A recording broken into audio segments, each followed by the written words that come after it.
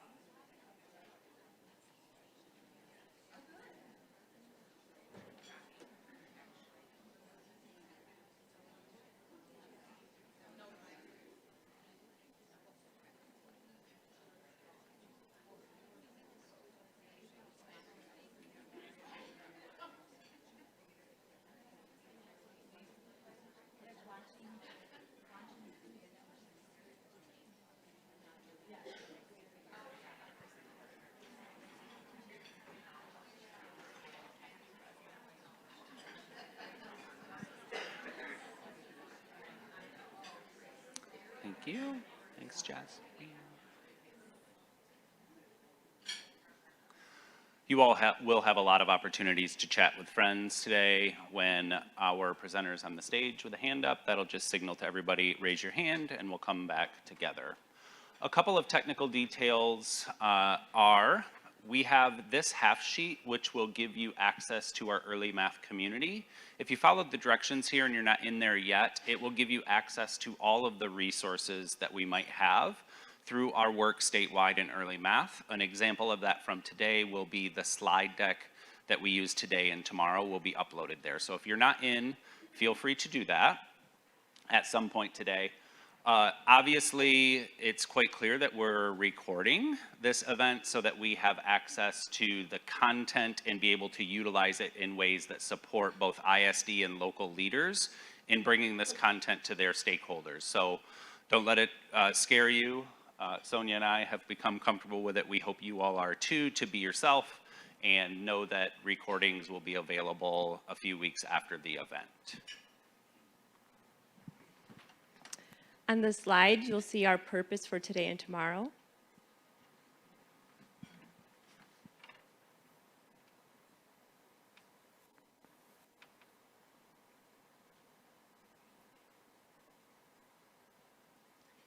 So today we're going to get really mathy. We're going to understand and take a deep dive on what research says on how students develop their mathematical ideas. We're also wearing a leader hat today and thinking about how to support teachers in noticing and responding to student thinking and making instructional decisions. Up next is us getting an idea for all of us who is in the room. So what we're going to do is I'll read a sentence or phrase, and it will be an opportunity, if it applies to you, to stand. While we're going through these few prompts, take a look at who's standing in the room, what roles we have in the room, and how we all fit into the system. So I'll read a prompt, you stand if it applies to you. The first is, I am an ISD math consultant. Woohoo! 2 claps for the math consultants. That's good. Hi, math consultants. Next up is, I am an ISD early math specialist. Hi, friends. We were together yesterday. Glad you're back. 2 claps for the EMSs. I am a local district instructional coach.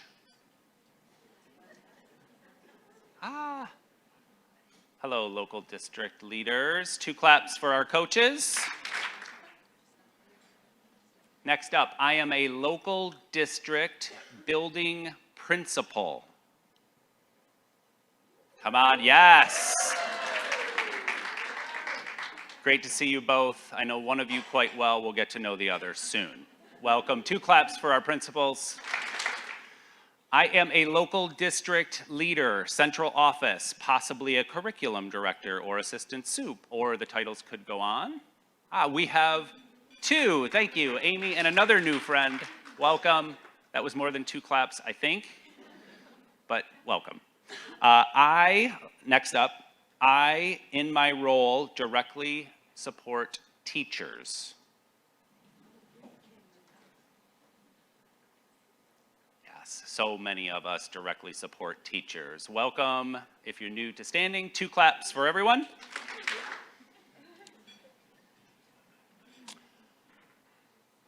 In my role, I am a K-5 teacher, classroom teacher. Yes. Lots of claps. Welcome, teachers. Great to see you here. Most important people in the room. Here's some around math content. So be thinking about how I feel when it comes to math content specifically. So the first prompt is, I tend to feel more comfortable in K2 math classrooms. Hello, early L friends. It's your passion, and you also love 3-5. 2 claps for them. Next up, as you would expect, is I tend to feel more comfortable in 3-5 or upper L classrooms. Hello, upper L comfy people. Welcome. 2 claps. Just make sure I don't have any others that I should mention. Yeah, are there any people that did not have an opportunity to stand? Did we miss anyone? Oh, we have one person. Oh, it's Shelley too. Shelley, I know your role. If you are an ISD leader, possibly a gen ed director, please stand. Thank you. And Will, welcome to you both. Thanks for being here. So we encourage you to be very reflective today and tomorrow. At times, we will pause the learning and give you an opportunity to reflect around these questions that you see on the slide. What is this learning doing for my personal growth? What does this mean for the teachers that I support? And what does this mean for my role? I'm so excited to introduce and welcome Dr. Angela Turow. She is an author, a researcher, and a teacher educator from UCLA Teacher of Education. Most importantly, she has become a new friend to the early math community. This is her first time here in Michigan for the early math work. Her work lives at the intersection of children's mathematical thinking, classroom practice, and teacher learning. across early childhood and elementary settings. She's continually inspired by educators who create space for children to be the drivers of mathematical thinking as they transform school mathematics experiences and challenge the discourse of who does and does not get to be good at math. And you will see that she really lives into the principled ideas of CGI as she engages you in the learning today and tomorrow. So let's welcome Dr. Angela Terrell.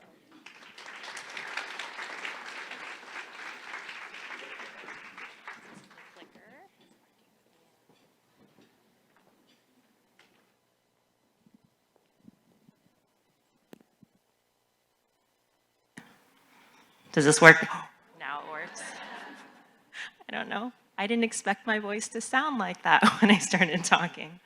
Hello. I'm so excited to be here. I will be a little bit more excited when it's not quite so early on the West Coast. But I kind of look to you all to bring the energy to the room. As I'm looking around the room and saw you stand up, and that was a get your blood flowing, get things going kind of a thing this morning. I'm just so excited that there are so many people here in such varied roles, but we get to come together. I mean, varied roles and from all different parts of the state, which is really exciting. But we get to come together and just think about how do we support math throughout the elementary years. And for me, it's really how do we listen to kids better as we support math, and how do we allow our research foundations and literature to support what it is that we might be hearing, what it is that we might be listening for, and how we can actually experience children's brilliance in ways that if you've been around the CGI work before and you know it, you realize how much of a gift it is to be in classroom spaces and listen to children together. And if you're new to this work, I'm so excited to share my own learning and learnings alongside other teachers with you. And I don't know, I kind of don't want to say more because I just want to get you right into all of the work that we're doing today. I am not a stage person. I'm going to be walking around the room a lot. I'm going to be asking you to talk to each other and to share ideas and to ask questions and to grapple with things together. I might talk and move a lot. That's just kind of how I engage with people. And I think for me, it's not just about talking to you about what's in a book, what you can read, but really having you have a learning experience where you're like, okay, I get like why this is meaningful for me, right? And why it might be meaningful for teachers that I support, and why it might be meaningful for the children that I teach. So I hope that this experience is very personalized to you. What else did I want to say this morning? I don't know. I'm gonna get going. I'm gonna see if this clicker works, get into my slide. So for those of you who are newer to the cognitively guided instruction CGI work, yeah, I know CGI means something else in like the animation world and everything. Here in the math world, yes. Okay, so if you were thinking you were coming to that training, we're not talking about that. We're talking about children's thinking. Really, it's all about children's mathematical thinking. And we've tried to put together some resources for you that that complement the books and all of the other things that are being shared with you, but that help us think what's most important for us to know about this as we're supporting all of our early math work, all of the essentials work across our state, whatever curricula my teachers are using, whatever ways they're already engaging children and students, how can we deepen that with a lens of really listening closely to children's thinking? So there's some big ideas that we're going to be continually coming back to throughout the day, and you have what I love how they call it's a memory mat, and it's laminated. It's like the really nice lamination that like you can hold on to. So that means if there's a typo, that's it. Like it's locked in there forever. But it's designed to, maybe it just looks like words right now, but as we engage with each other over the next couple of days, my hope is that you can kind of live these ideas and see how it might apply to you and your own work and every interaction that you have in a classroom with children. I wanted to point out that it's there and encourage you to kind of have it, available and ready for you throughout the day, but know that, I don't know, for me, it's like I need like an engagement around it. I really need to talk to people around it to maybe deeply understand what's available there. So I'm just gonna get you started. I have an opening task for you all. There's a handout. We're gonna be passing out handouts throughout. Yeah, I see that people are moving good. I need you to pass out handouts to the people on your table, and also there's a ton of great tools on your table. Can you start to open those? Like take the shrink wrap off, like pour them onto the table, make sure they're ready to go, because we're gonna be doing a lot of work together, and I want you to have access to the tools that you have. So, I love it. You can say hi to each other if you haven't gotten a chance to meet people at your table. Pass stuff out, you're gonna do some stuff. I love it.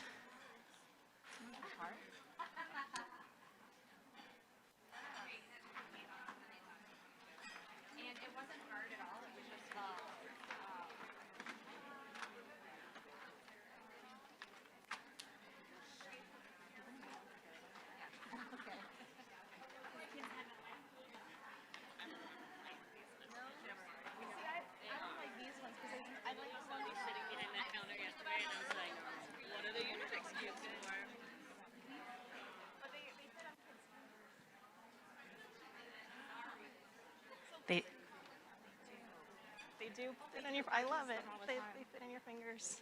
Okay. So I hope you've gotten a chance to open up your Unifix cubes. Like we're seeing over here, they do fit really nicely on each finger. They even stack on each finger. They stack with each other, they link with each other. They don't link in all directions, right? Like some math tools, but these link in just one. They kind of like break it apart, close, you know, put it back together. There's something nice about how they come apart and fit together. All right, I'm gonna invite us to come back together, and don't worry, and just really in a quick moment, you're gonna be talking with each other right again. So my opening task for you all, you've got tools available to you. You have this handout. There's a set of story problems that are on your handout about cookies and cupcakes and things that make us really hungry, and buying a puppy. That's not how much puppies cost, doesn't matter. What I'm asking you to do is to look at this, this set of story problems up on your page and think, which one do I think is the least difficult? And which one do I think is the most difficult? And to kind of like rank it. So, you know, you have a one, you have the, right, you have, it's up here on the slide. I'm gonna encourage you to talk to people around you. You can choose how you wanna do that, if you wanna think on your own and then compare, or if you just wanna do this collaboratively with a partner, feel free to do so. My one disclaimer, there isn't a right answer. Okay, so I'm not looking for one set of like, I'm not gonna give you a prize or something, but I want you to just talk to each other, and are you thinking similarly? Are you thinking differently? Any questions about this opening activity? All right, go right into it, and I'm gonna walk around.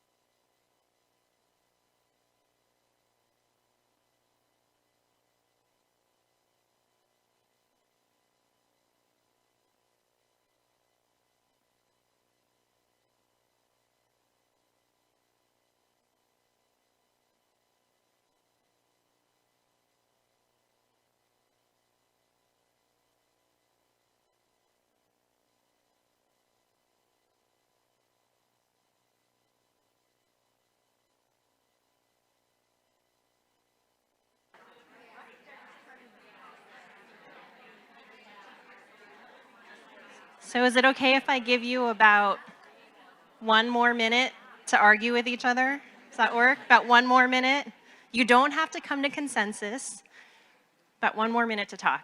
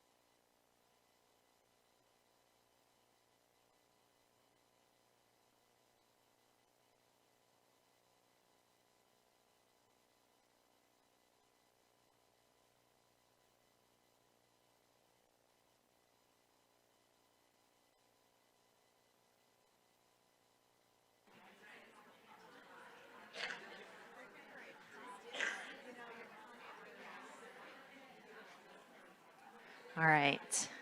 I'm going to invite us to come back together as a group.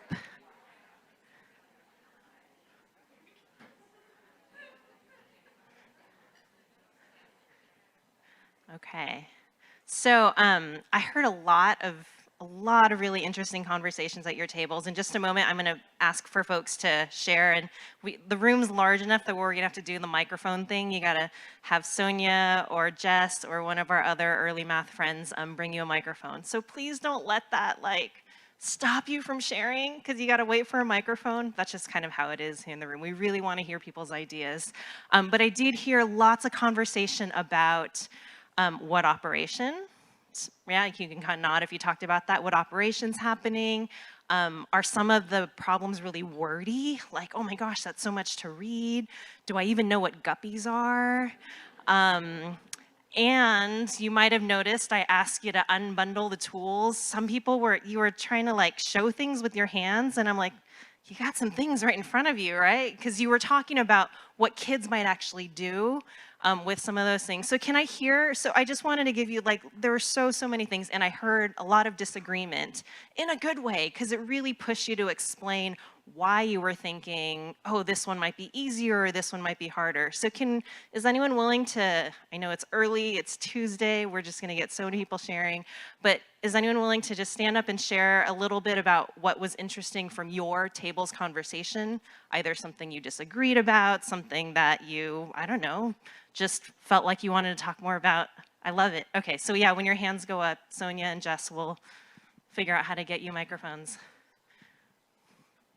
So I had a big aha moment here. Our school is going on a vocabulary journey.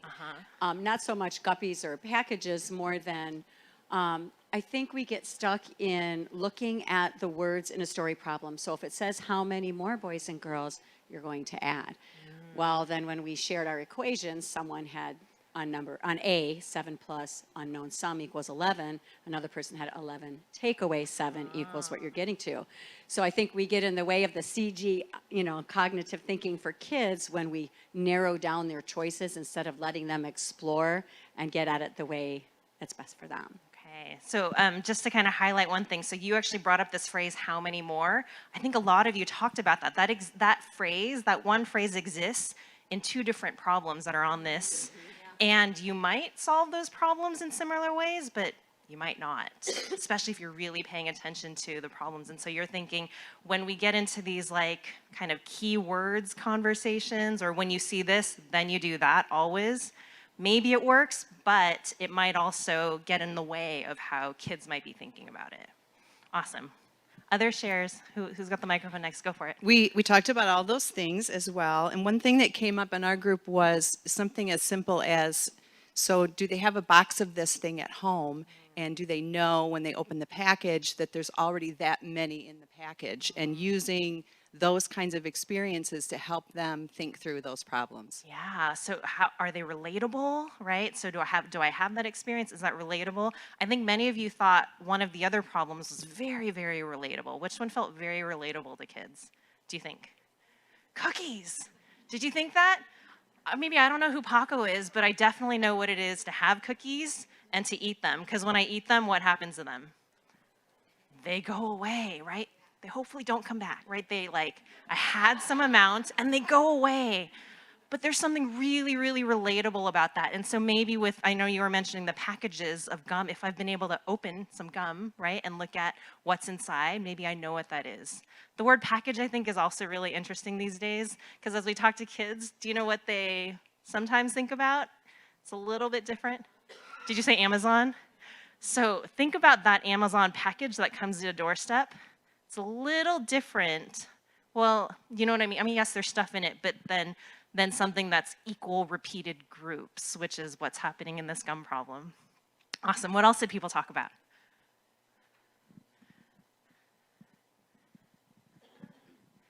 At our table, we had mixed review discussions about two of the problems where it either gave you how many boxes or how much was in each box.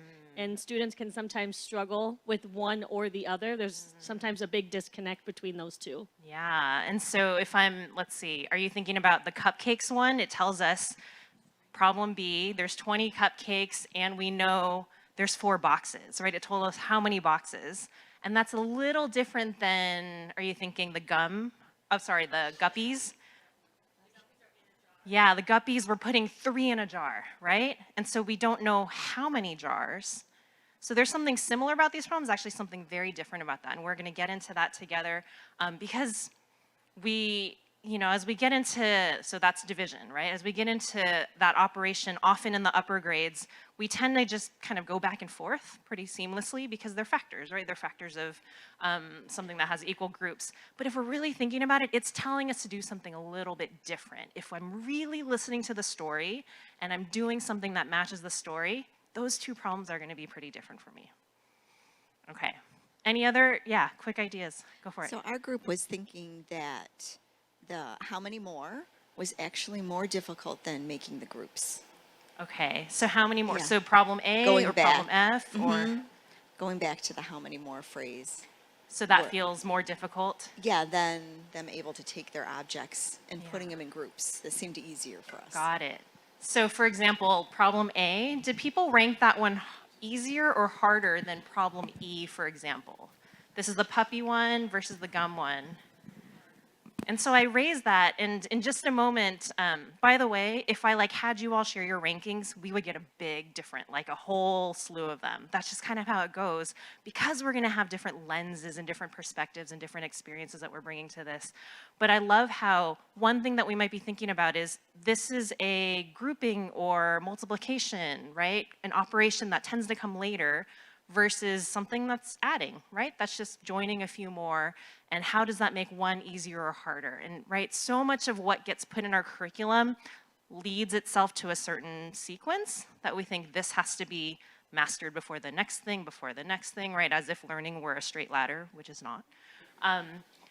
So as we're kind of engaging with this, group of story problems, it's really pushing us to really think about what makes something easier or harder for kids. It's not gonna be the same for every kid, but it's pushing us to really dig more deeply into mathematically what's being asked of me, right? In a way that's a little bit different than just what operation or what sequence or when something should be used at what grade. So were there any other mics out right now? One more, yeah. One of the things we talked about at our table is in looking at B, which we kind of agreed was more difficult, but we said that difficulty could depend on the grade, and in some ways it would actually be an easier problem for lower grades, because if you give them the cubes, they'll just put it out and model it. Whereas by the time you get to the upper grades, we've so proceduralized a problem like that it becomes actually more difficult for them. You're getting a lot of nods around the room. So having access to tools, and not just they're there if you need them, but I'm encouraging you to use them, right? To use them in a way that helps your thinking or communicate your thinking with others. That might be a difference in how we're thinking about difficulty of these problems. So I wanted to share with you some data from a research study that happened, quite a few decades ago now. where they pose these exact same 6 problems that you have. So that's why they're written that way. We know it's like a puppy doesn't cost $11 anymore, but you're getting the exact same problems, or maybe it never did, I don't know. You're getting the exact same problems that kindergarten students got. They got the story read to them. And you'll actually see that we're gonna watch videos of children's thinking because they didn't want the reading thing to be kind of a confounding factor.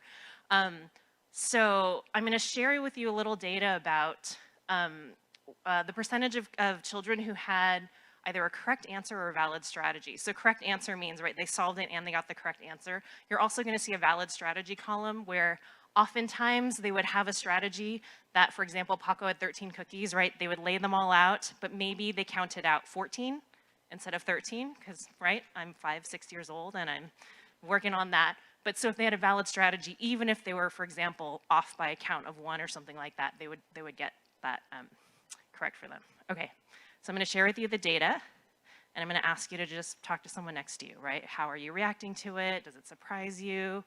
This isn't a you were right, you were wrong with your rankings, but just how does this push your thinking about difficulty?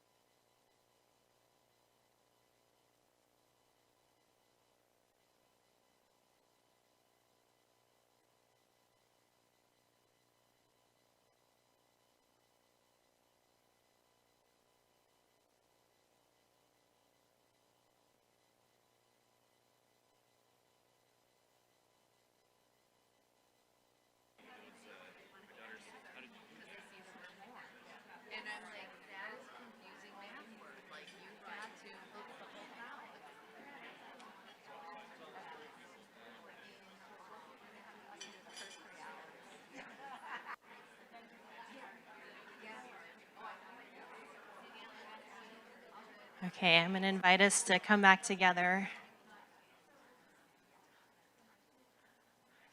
All right, were you surprised? No? Were you, yes? Which problem did kids most successfully solve?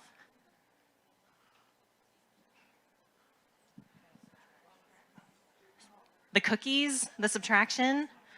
Yeah, and I know we've got the correct answer column and the valid strategy column. So if we look at the valid strategy column, what percentage of children got that cookies one? A whole lot, right? A lot of kids. like those of you who work with young children, counting in the teen numbers is hard, right? Those of you who work with not young children, counting in the teen numbers is hard. Linguistically, it doesn't follow the same structure that 21, 22, 23 follow, right? So there's something that's gonna be, I think, really easy to miscount, right? Or to work through some of my number sequence. But I can put out 13 cookies, and I want you to like look at the tools in front of you, right? If you can, throughout this conversation, have some with you. What would you actually put out? If you were a young child being asked to imagine these 13 cookies, what might you put out first? The 13 cookies, and you put them there, and then what happens to the 13 cookies? I'm gonna start taking them away, right? And I just need to keep track of the ones that I've eaten, and then the ones that are left sitting in front of me, those are the ones that Paco had left. So there's something really, really, people said like relatable, but like this action is so, so accessible for kids. So what's interesting to me is that's a subtraction problem, right? People think subtraction, we're removing, we're separating out, and that isn't necessarily the first type of problem you would see in any given, book or curricular series, but there's something like, I know how to eat cookies and I know that they're gonna go away. What's the next problem that children solved kind of most successfully in this data set? It's the gum one. Okay, so I'm actually gonna make you like get your hands on some of the tools. Go do the gum problem, right? Get some tools in front of you. If you were a young child and you were thinking about Robin and her packages of gum, how might you use these tools to solve that one?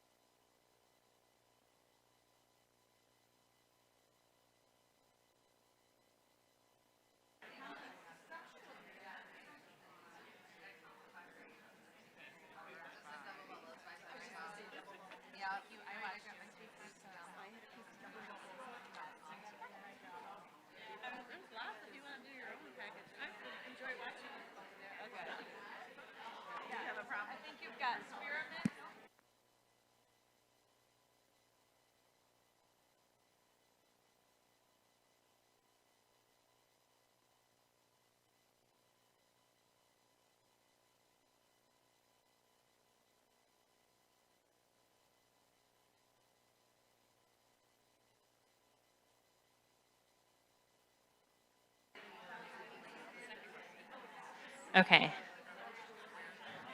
I know I didn't give you enough time to talk about that, but I really want to make sure we can get into some videos of kids solving problems. So we're going to watch Jada, who some of you met if you came on, in August, yeah. So some of you met Jada, but you didn't see her solve this problem. So she's going to solve this gum problem for you. Let's see what Jada does. Oops. Okay, ready for the next one? Yeah. Okay. This one's about gum. Do you ever have gum? Yeah. Are you allowed to have gum? You are? Yeah, me too. All right. Robin has 3 packages of gum. There are 6 pieces of gum in each package. How many pieces of gum does Robin have altogether?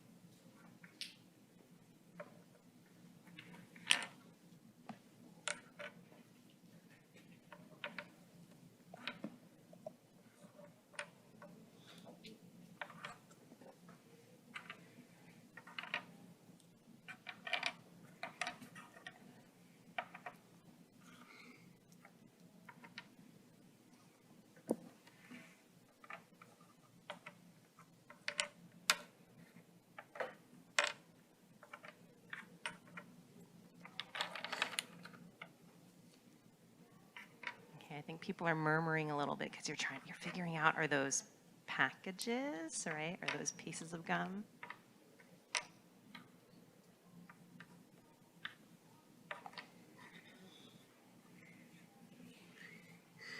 One, two, three, 4, 5, 6, 7, 8, 9, 10, 11, 12, 13, 14, 15, 16, 17, 18. Has 18 pieces of gum. Nice. So I noticed that some of those cubes, when you were counting them up, you like touched them, but then you didn't say a number. How come? Because I was gonna sort them by doing one group of 3 and then the other side another group of 3. Okay. All right, talk to each other about what you noticed in the Jada video.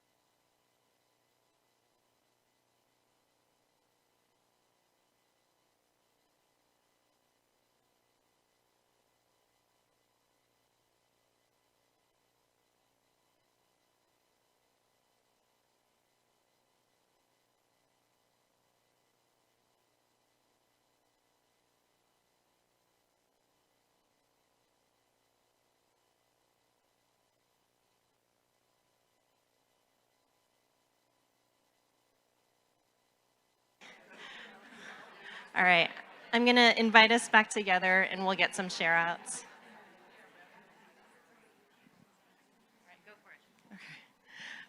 We were talking about how we're wondering if somebody taught her to put one of those cubes as a marker, because we wouldn't have probably taught that because it gets confusing. And so we thought it might have confused other kids maybe looking at her. Like, why is there another one there? She almost counted that one and then she didn't. So like, we're wondering who taught her that, or if that was something that was taught. Are people wondering the same thing? Or you're thinking about, there's that one extra cube in front of each of the pieces of gum, right? And so, and I always watch the group when they do this. As she starts to point, as she's counting them, she counts to 12, and then her finger kind of goes to that last package, and you gasp just a little bit. And you're thinking, if I were there, you go, oh, right? Like you'd have to sit on your hands if you were the teacher there to not intervene. So there's something about that feels complicated, right? That she's treating one Unifix, the same tool, as a piece of gum and as a package. And I think Christy, right? You and your group were talking about, okay, so did someone teach her that or not? And I think your group landed on, well, if some teacher stood in front of 24 kids and said, hey, everyone, go do this, what would happen? Most of them would be confused and they'd get 21 as the answer, right? And they'd go, look, I have 21 cubes, because I do. I actually have 21 cubes in front of me. So there's something interesting about if Jada is doing this and she's kind of generating that idea, how much meaning she has for what that top cube is versus what the other cubes are. Okay, all right. What did other people think? I wanted their group to start so that I didn't have to wait for like hands raising. Yeah, so let's get some other ideas of what you all talked about. That she only heard the problem one time and didn't take notes. No repeats. So clearly she's had experience listening to story problems, right? This isn't the very first time, right? This is something that they do in their class a lot. They do a variety of problems. This is a multiplication type of problem. It's not expected in her kindergarten class, but her teacher and other teachers at their school know that they can pose lots and lots of problems that kids can relate to. And she'll go, okay, all right, give me some tools, right? And let me show you what's happening in the story, and then I can figure out that there's 18 pieces of gum here. Other things that you noticed? I think I heard a lot about she like organizes and revises, and so right, knowing that there's 3 and 3 is really interesting. That's more, it's like I know that Jada knows that, because I got to see her do it. I have evidence of her. She like showed me with her tools. She even talks about it. And so that's even like extra bonus information I'm learning about Jada's thinking by watching her solve this problem. So she does that. Were people maybe, I don't know, not surprised or whatever, but in terms of how she counted, were you expecting that she would count this way, or were you thinking she could have counted another way? I don't know. What do you think? Yeah, go for it. Sonia will bring you. We thought she was going to count by twos because she was putting them like in groups of twos like that. And then she started counting by ones. We're like, oh. And then she said she related it to threes. And we were like, what? Yeah. Yeah. So what's interesting is she's counting by ones, but we can imagine a child looking at these and going 2, 4, 6, right? And keep going. I didn't keep counting because it's really early for me. I was thinking, is it 8 next? I don't know. I kind of stopped. Kids might count. I know the first group is 6. Already, right? I just sat here and made a whole bunch of 6s. I know that first group is 6, so I might say 6, 7, 8, 9, 10, 11, 12. Or I might know 6 and 6 is 12. Yeah, I heard that over here. And then 13, 14, 15. So there's so many shades of how I might actually count all of these objects that are here. But at the end of the day, so I'm trying to get my slides back up, looking back at the research, like I wanted you to think about why this problem is pretty accessible for kids, even if it's not something that we would expect in the really early years. And so what this does is it helps me push and think about, can I pose story problems that kids can relate to and that they can use tools, use drawings, use their fingers, right, in order to model the action that's in the problem, in order to model the relationships that are in the problem. And if we can do that, we can actually pose lots and lots of different kinds of story problems and support the beginnings of kids' conceptual understanding through a whole range of mathematical work. It's not just always putting 2 numbers together, right, in lots and lots of different combinations. So I wanted us to dig into some of the other problems. I think the next 2 videos I have ready are the top problem versus the bottom problem, right? Which a lot of, these are the how many more problems. And so I know there was a lot of conversation around, are kids gonna do the same thing? Are they gonna do something different? So here, let's get into them now. So this next one, Camilla has $7. She wants to buy a book that costs $11. How many more dollars will she need to save so she can buy the book? So this is a story about Camilla, and Camilla's saving money to buy a book. Camilla has $7. She wants to buy a book that costs $11. How many more dollars does she need to save so she can buy the book? I grab 7, 1, 2, 3, 4, 5, 6, 7, and I have to count, and I have to count to 11, 8, 9, 10, 11, $4. So she needs to buy have $4 more to buy the book? Okay. Yes. I'm not gonna have you talk quite yet because I want you to see the next video, but people saw what she did, right? She pulled out how many cubes at first? 7, and we can imagine, right? That's what the story tells us. And then what? We need to get more in order to get to 11. And so she pulls out these extra ones and counts 8, 9, 10, 11. And then from there, my answer isn't actually 11. My answer is like the 4 underneath my hand, right? It's that change amount, that's the 4. Okay, let's watch the next one. And I want you to think about, is it gonna be the same kind of strategy or is it gonna be something different? So this is the story. Isabella has 4 pencils Natalie has 9. How many more pencils does Natalie have than Isabella? Can you just take like 10 seconds and think, do I anticipate that a child's going to do the exact same thing or something a little bit different with this story problem?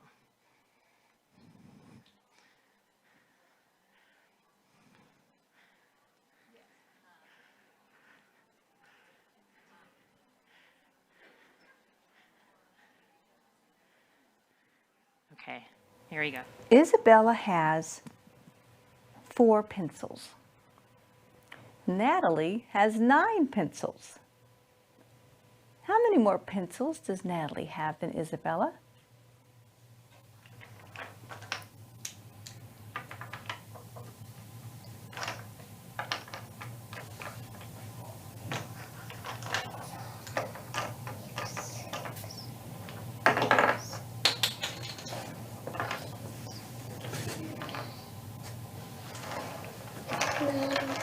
There's one right there.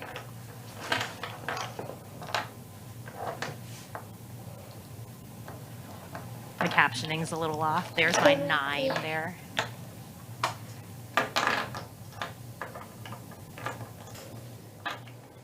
So Isabella has 4 pencils and Natalie has 9 pencils. How many more pencils does Natalie have than Isabella?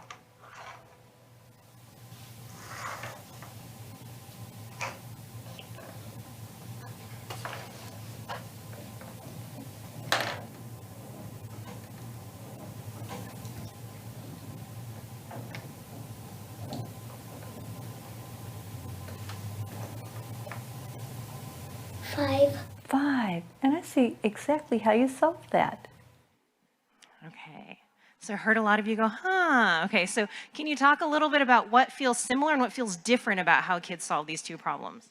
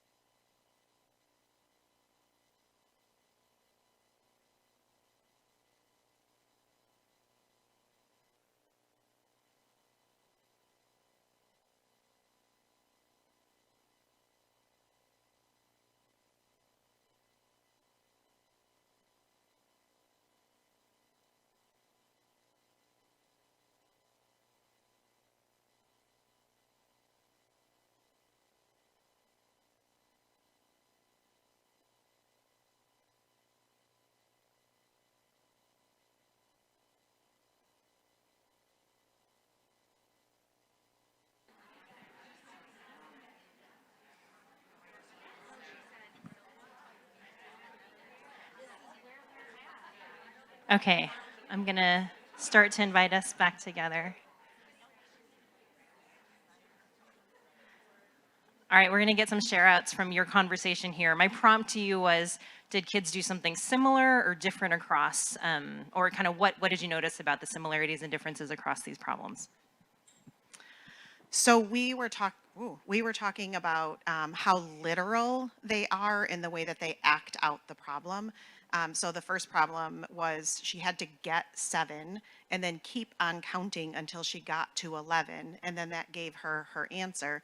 But in the second one, she had to compare how many more. So somehow she had to line those up to be able to think about how many more were there than the other. So we just felt like they're very, very literal in the way that they solved. People resonate with that? Like, I love, like, they literally do what the problem asks you to do, right? If I'm listening to the story problem, I'm gonna do the first one that you were, I'm trying to write and talk. I'm not a good multitasker, but I was trying to write what you were sharing, right? Pull out the 7, and then I literally need to go up more until I get to 11, which is a little different than the second problem, right? So we saw, it was a slightly different problem, but it's very similar to what you have on your handout. Which problem does that match on your handout? Problem F. So in problem F, what the first part is it Jacob or Hannah? Hannah has 12 balloons.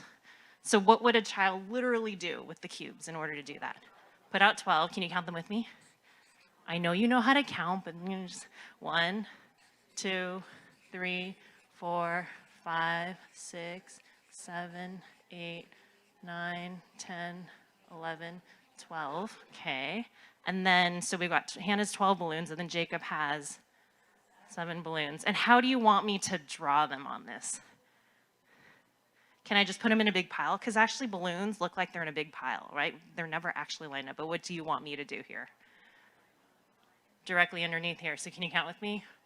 1, 2, 3, 4, 5, 6, 7. And then we can see, right? Kind of, so our student in the video actually stacked them on top of each other, and she could see that amount, that one was more than the other. And we can see the same here. So kids are literally doing what's happening in the problem. What else did you all, anything else you all talked about? Yeah, go ahead. Sonia or Jess, can we get a microphone over there? I wondered how much the names would play into this. I mean, I know that those names were read to them, but as we were reading the names, part of why I thought the Hannah was Hannah's easier for me as a low reader to read. Interesting. Versus, you know, a name like Carla, that might be hard for me to read and figure out that that's a name, even if versus if it's something to do with the actual math. Yeah. I mean, it's a really good question. So this is a set of problems that were given across a research study, but for, you know, as we're continuing to build together, my question for you all is going to be thinking about what's helpful for me as a teacher and what's helpful for me in supporting other teachers. And so it's kind of like taking up these ideas and thinking, how do I put them into practice? And so a question around that could be, what are some names that would be relatable to kids, right? Like if I look through my curriculum and I think, no one knows Hannah's, right? But we have 3 Zoes in my daughter's class, right? So maybe we talk about Zoe, right? So we can think about how we might adapt the curriculum materials that we have, even as simple as putting a name. But I think a bigger issue that you're raising is, if these are contexts that are not relatable to children, then I can't literally do what's happening because I don't know what you're kind of inviting me to engage with. So if you think about, if you look at your memory mat, the very first page, the big idea is we're beginning with stories and contexts. So I know we tried to kind of keep things concise, but we're really beginning with stories and contexts that are relatable to children, and that are relatable to the children in your classroom, or they're relatable to the children that you support in your schools and districts. So one thing that we can think about is, as we're looking through curricular resources, is, okay, there's a lot of problems about dance marathons and kids don't know what that is. We're gonna skip that little section right here and think about eating cookies. We're gonna, right, and it doesn't always have to be eating, but I want us to bring this lens, although eating is really nice, right? Because there's a clear action to what's happening. But what we're doing is we're bringing this lens to the mathematical work that we're kind of drawing from and that we're inviting kids to do, and saying, how can we make this so super relatable that we give access to the contexts and the stories the same ways we would in all of our literacy work, right? Think about how much all of our elementary work is about supporting comprehension, right? We talked about that a lot here. And so as we're giving children access to stories and contexts, what happens is we actually give them access to really interesting mathematical work. And it's mathematical work that they can do, right? That they can use tools, use their counting knowledge, right? Use their prior knowledge and lived experiences to bring into the situation. That gives us a really, really nice starting point to build towards lots and lots of really important mathematical work that's happening. Okay, so let's see. We got a strategy written for problem A, and then we had one for the balloons problem. Can I just get the strategy that we might think would happen with the cookies problem? I know we talked about it, but I just just to make the chart paper, you know, to like get all of them together. So with the cookies problem, what might we do first? Draw 13 cookies. I'm going to ask you to count with me again. You might get annoyed that I'm not actually going to arrange them in a 10 and a 3, but I'm just going to put the 13 out. So here we go. Ready?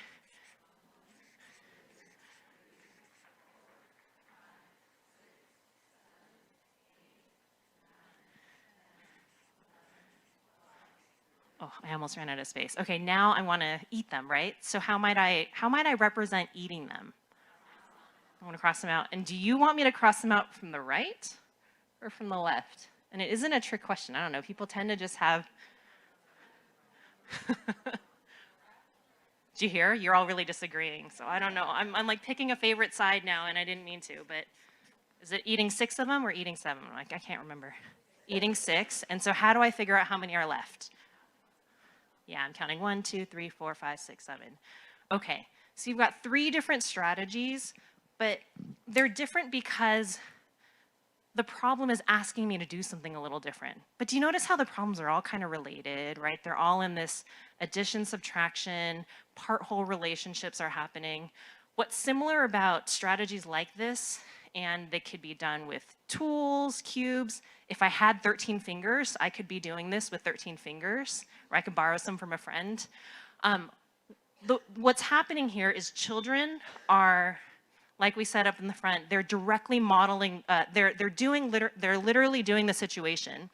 And so what they would talk about in the book that you have, you have as your reference and you can kind of go back to, is they would talk about this as a direct modeling strategy. I'm gonna write that down.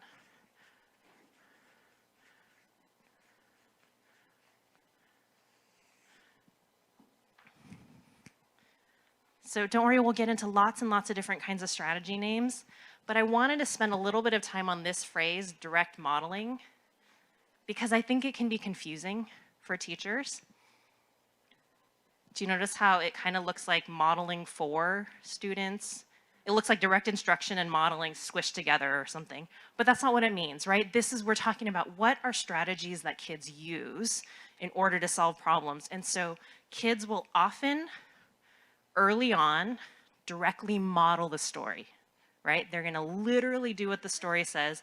They're gonna use one object, one cube, one square, I don't know, one finger, one tally mark for every single object that's in the story, and they're gonna do exactly what the story says. Why? Because it makes sense to do so. I could rearrange things, right? Addition and subtraction, they're related inverse operations. Parts and wholes are related in very, systematic ways. So for the cookie problem, I could start with the 7, right? I could start with the 6, and I could count up to 13 to solve this problem, right? People agree I could do that? But you probably wouldn't, right? I could do that. Similarly for the balloons problem, I could start with Jacob's balloons and count up to the 12. Or with the Carla puppy problem, I could model a 7 and I could model an 11 and compare the two.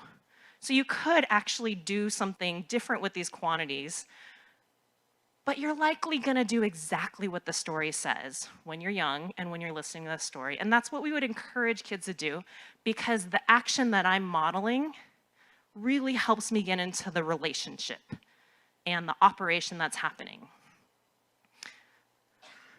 So does that make sense as kind of a starting point? I know I really want this idea to kind of sit with us, because we're gonna build so much from kids' ideas are gonna grow, right? They're not gonna do this forever, but it's a really robust starting point that gives me so much foundation for conceptual understanding of what's happening here. So I'd love to jump to, let me see if I reordered it in my slides. Slide 19, just to kind of look at a variety of problem types.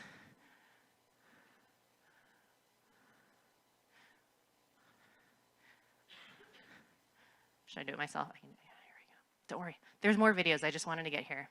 So in your children's mathematics book, this is, by the way, the main resource that the CGI researchers wrote to support our understanding of CGI across single-digit work, multi-digit work, the 4 operations.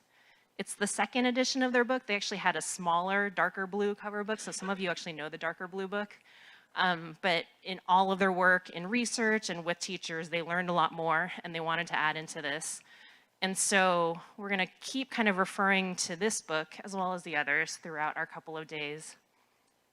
I wanted you to be able to kind of take a look at how they're talking about the variety of addition and subtraction problem types that we might have, and give you a chance to see how they organized it, what language they use. I don't want you to get too stuck on terminology, because I don't need you to know exact words or terms, but I do want you to think big picture, how are they organizing these, right? What are big ideas they want us to see about these problems?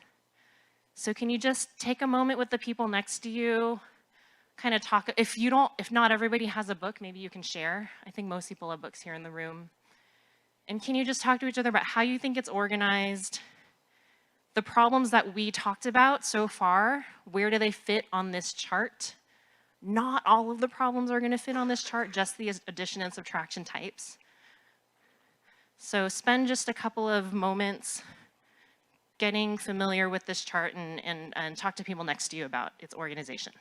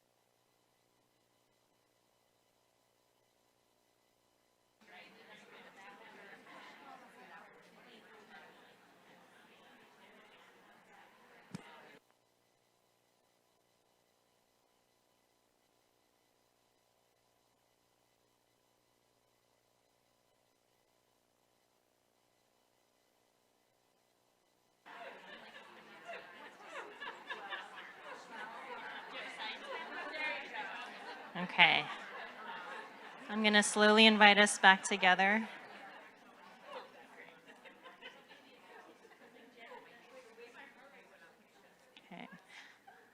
We're gonna build through these ideas a little bit more, and I'm aiming to have a break at about 10 o'clock in case you're wondering when you'll be able to. You can use the restroom at any time, but if you're like, oh, I can wait 15 minutes, we can do that. So I wanted people to just get a chance to look through some of the terminology. I think people were making connections to, oh, that bottom right corner feels really hard, right? Some of those compare problems are kind of tricky. I heard people talking about connections to algebraic reasoning. Like if I, as an elementary student, have lots of facility and flexibility across this whole group of problems, then I actually learn a lot about parts and wholes and missing addends and where things go. And so that's going to support really, really important understanding, not just in the K-5 world, but beyond. So one big idea that for me stands out is why some problems might be easier or more difficult for students. And in this kind of layout of the graphic organizer, there's a difference between the top 2 rows versus the bottom 2 rows. And so if we think about what we were talking about, right, we actually talked about action a lot earlier, right? We're eating cookies, we're getting more money to buy something. And so those 2 problems have a lot of action, right? There was something that happened at the beginning, and then some change that happened over time, and then there's some ending amount. And depending on which amount you're making an unknown for kids, right, that's gonna influence where you are on the chart, kind of left, middle, or right. But if you really think about these top 2 rows, there is like a very clear, explicit action that's happening. So they tend to be more accessible to kids because we know that the cookies are being eaten and they're gonna go away. So I want you to compare that to the bottom 2 rows, because even though they're still in this kind of world of adding and subtracting, there's no change happening over time in the bottom 2 rows. Do you see that? So we've got marbles and they're just sitting there. And I'm telling you some are red and some are blue because I need to tell you something that distinguishes 2 different quantities, but they're not rolling away, they're not being lost out of a backpack, no one's giving me more. They're just there's like a static relationship. Same within the bottom row, the comparison row. We're comparing 2 quantities and they're not going away, like nothing's happening, they're just there. And we're asking kids to, it's like we're asking them to bring this action of comparing them, but really, they're just 2 quantities that are sitting there. And so something that happens is, especially if you look at, so that part, whole, whole unknown, Connie has 5 red marbles and 8 blue marbles. How many marbles does she have?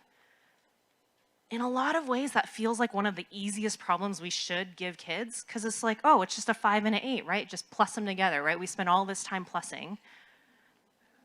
But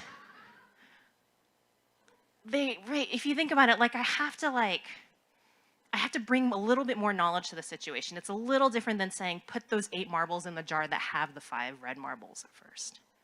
Okay. Also with the part, whole problems, contextually, they tend to get kind of complicated in our curricular materials because we need to like distinguish these 2 sets. So it'll say stuff like Connie has 5 daisies and 8 dahlias. How many flowers does she have? So now I have to interpret that when I'm asking how many flowers, I'm actually asking just I don't even remember what flowers I said, daisies and dahlias, something like that, right? And so those of you who are really thinking, like if we're putting these words in that kids don't know and don't relate to, then it's not super accessible and super easy. And then with the comparison problem, Connie had 13 marbles, Juan has 5. A lot of times a kid will put a pile of 13 and a pile of 5, and then they'll look at you, right? And they'll go, these are all the marbles.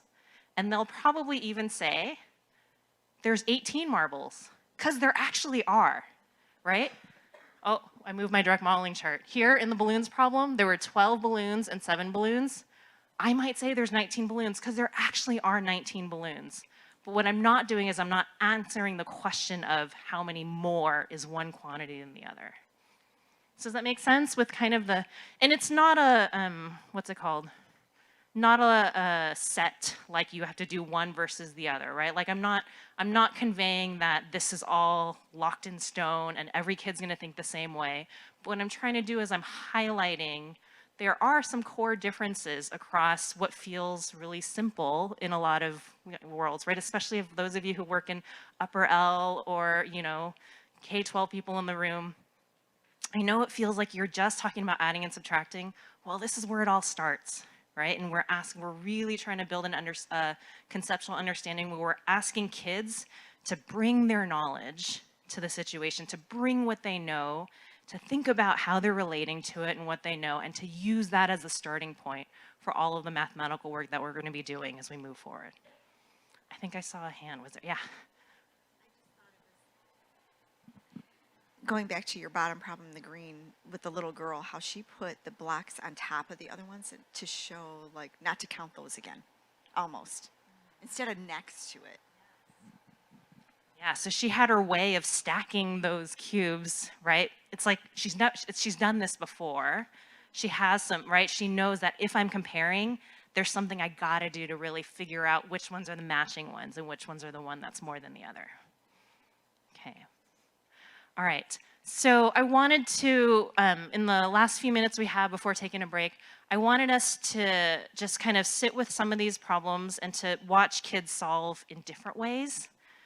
Because kids aren't always going to be direct modeling, right? They're not always going to be representing one-to-one and counting every single one. And so I wanted us to be able to build some of the strategies that kids are thinking about within this realm of problem type still. So here, I got to get back to... Okay, so this is Adonis. He's going to be solving the cookie problem. Some of you met Adonis already. Actually, some of you may have seen these, but now you get to actually watch it with the lens of what kind of a strategy am I seeing him use, and how do I think it actually builds from direct modeling. Oh. Give me 1 second. Adonis, how old are you? 6. 6. Awesome. So we're going to do some number stories together. Okay. And you can use any of these tools out here. You can use those cubes if you want. We have paper and marker if you want. You can use your brain. You can use your fingers. Anything you want to do to figure it out. Okay? Ready? Here's the first one. Okay. Paco had 13 cookies. He ate 6 of them. How many cookies does Paco have left?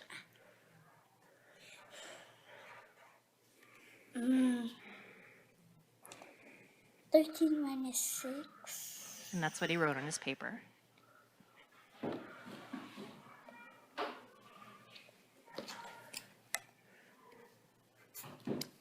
So how many cookies does Paco have left? 7. Can you tell me how you figured that out? I used my fingers. And how did you use your fingers? I have 13 now, and I went 12, 11, 10, 9, 8, 7. So how many cookies does he have left? 7. Nice. And tell me about what you wrote on your paper. What did you write? I wrote 15. 13 minus 6 equals 7. Cool. Okay, ready for the next one? Okay. All right, just spend a moment. Can you recreate Adonis' strategy for the people at your table? Recreate it.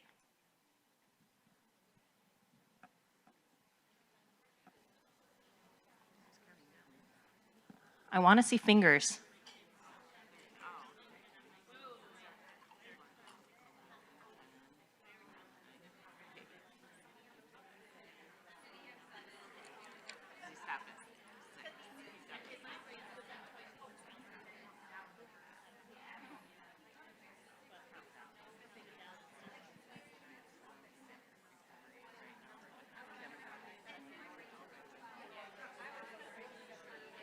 Okay, I'm going to invite us back.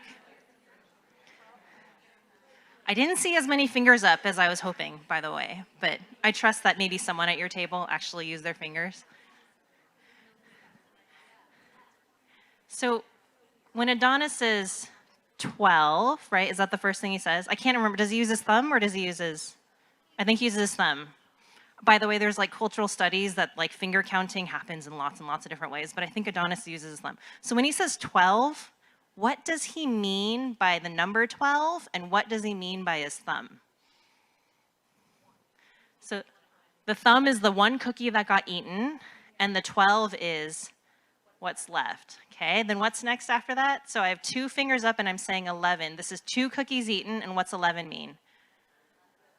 11 cookies left. Do you hear how complicated this is to try to, I'm bumbling over it because I have a microphone and everything. Okay, so we keep going.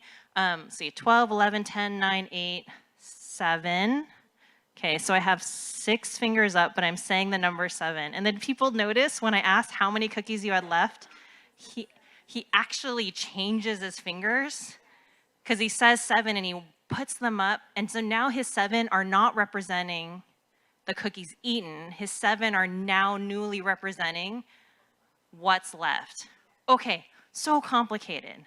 So I say this because how many of you were like, had to hide your fingers as you were counting in elementary school? Like it was not a valued way of doing math. And I hear, right, like we hear, okay, why are kids still counting? Why don't they know their facts, right? We hear all this stuff that really pushes us to move really fast. So my advice and encouragement is to allow the slowing down and kind of, I know, easier said than done, but to like withhold the pressures to speed up without understanding, because so much important mathematical work is happening right now. So I mainly pushed you to do that because I wanted you to be able to work through the complexities of Adonis counting. And I know I heard that I don't count back, I often count up, right? So it is, I think, it's not super common that you see this because it's hard to count backwards. But this is, do you see how this is an abstraction from a direct modeling strategy? No longer do we have all 13 things represented. We're thinking, I can just hold that 13 in my head. Teachers will teach that, right? Like, bonk your head with the, I don't know, like there are things that will, Megan Franke always talks about, one of the CGI researchers always talks about her kid came home kind of doing this and she's like, Joshua, why are you hitting your head? It's like, well, that's what our teacher said, to hold it in. Okay, so maybe don't tell kids to hold, like to bonk their head. But do you see why teachers might say that? Because they know this is a meaningful next step and a meaningful like a strategy that's progressed from the direct modeling. And so my hope is that we find ways to give kids space to figure out, oh my gosh, I don't need to count all 13 anymore, right? I can just start there. And from there, this is what I can do in order to solve. So that's a kind of a counting, right, counting back. We often hear counting on kind of a strategy. We're gonna see another one now for, this is the Carla puppy problem that we're coming to next. Okay, here's the next one. Carla has $7. How many more dollars does she have to earn so she will have $11 to buy a puppy? 4. How'd you figure out 4? Because if it was $10, it would have to be 3, and it's 11. So we need one more, and it's 4. Wow, awesome.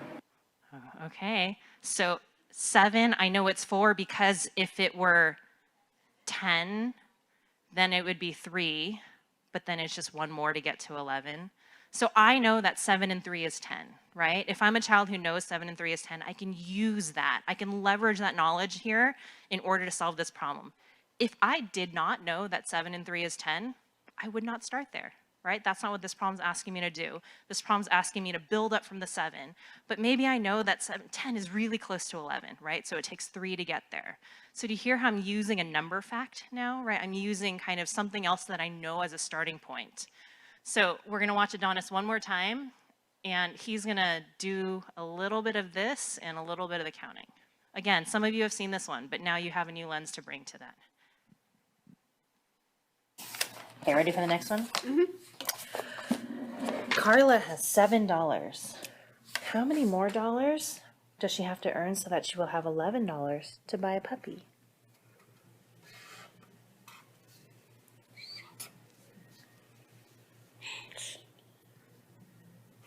So again, he's starting by writing an equation. He writes a 7 in a box. He writes a plus sign. And you see he writes an empty box now. And then an equal sign and an 11. 7.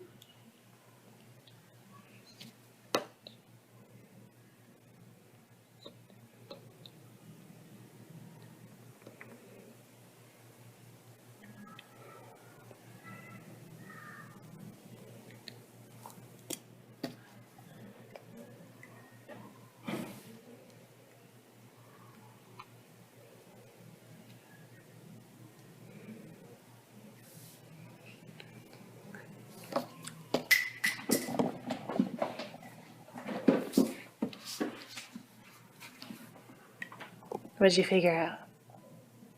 I figured that she needs 4 more until she gets 11. Yeah, how did you know it was 4? Cause I said 7 plus 7 is 14, so 7 plus 6 is 13, and 7 plus 5 is 12, and 7 plus 4, I was guessing 11. So. Oh, I see what you did. I also saw you use your fingers to do some stuff. Do you remember? What did you do on your fingers? I try to see if 7 plus 4 was 11. So how did you do that? Can you do it out loud for me? I did 1, 2, 7, 8, 9, 10, 11. Got it. Did you get 4? Nice. Okay.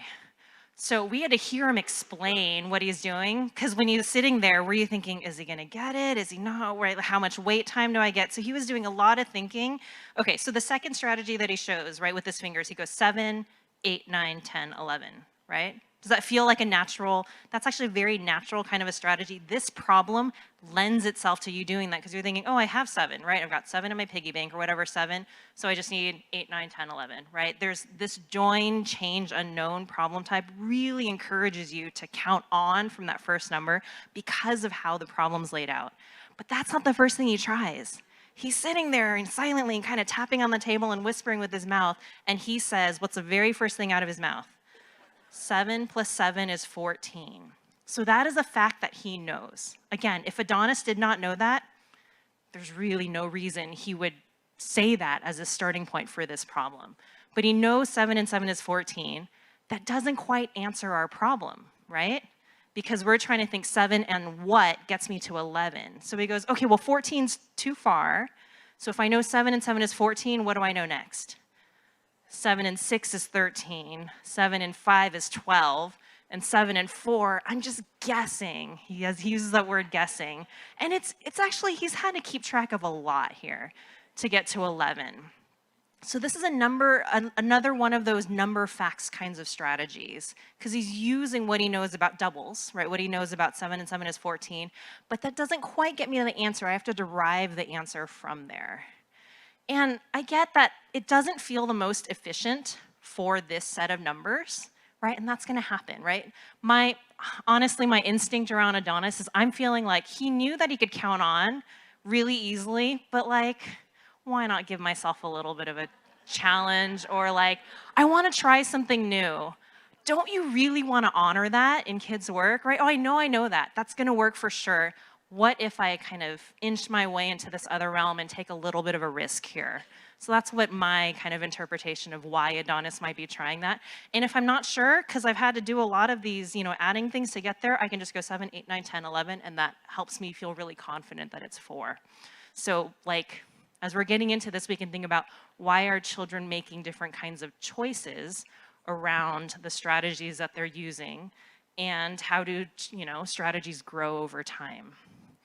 Okay, so I know you're desperately needing a break. I have one quick reflection for 2 minutes right now that I'd love for you to just think about with the people at your table, and then after that we'll take a break. So I'm just kind of asking you, thinking about, my slide please, all of these strategies, right, all of the different videos that we've seen, kind of what are you taking away?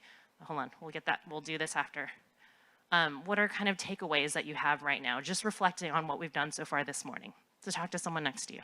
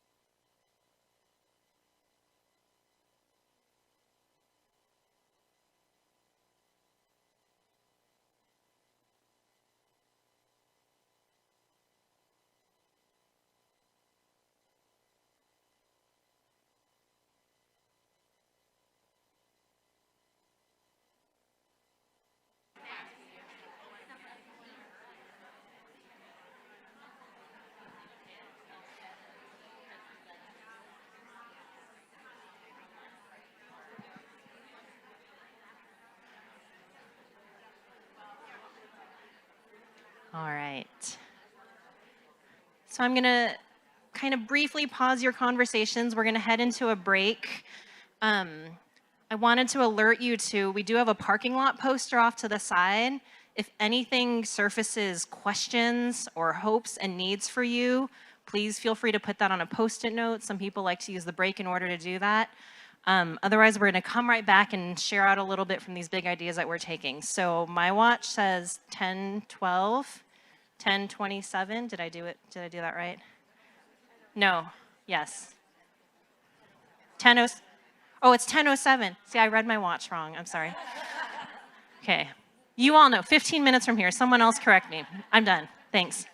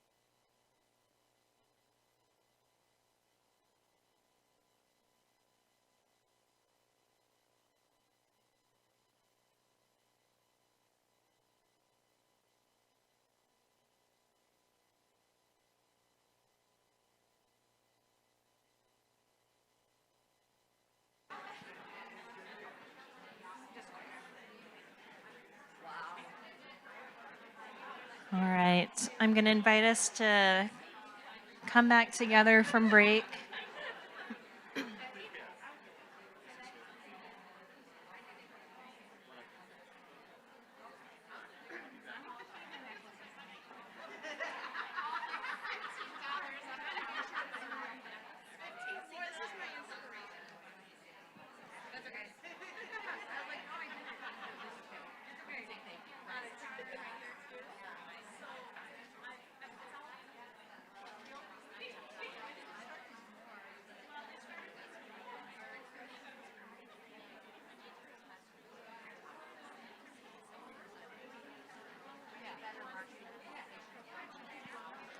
All right, I'm going to invite us to come back together.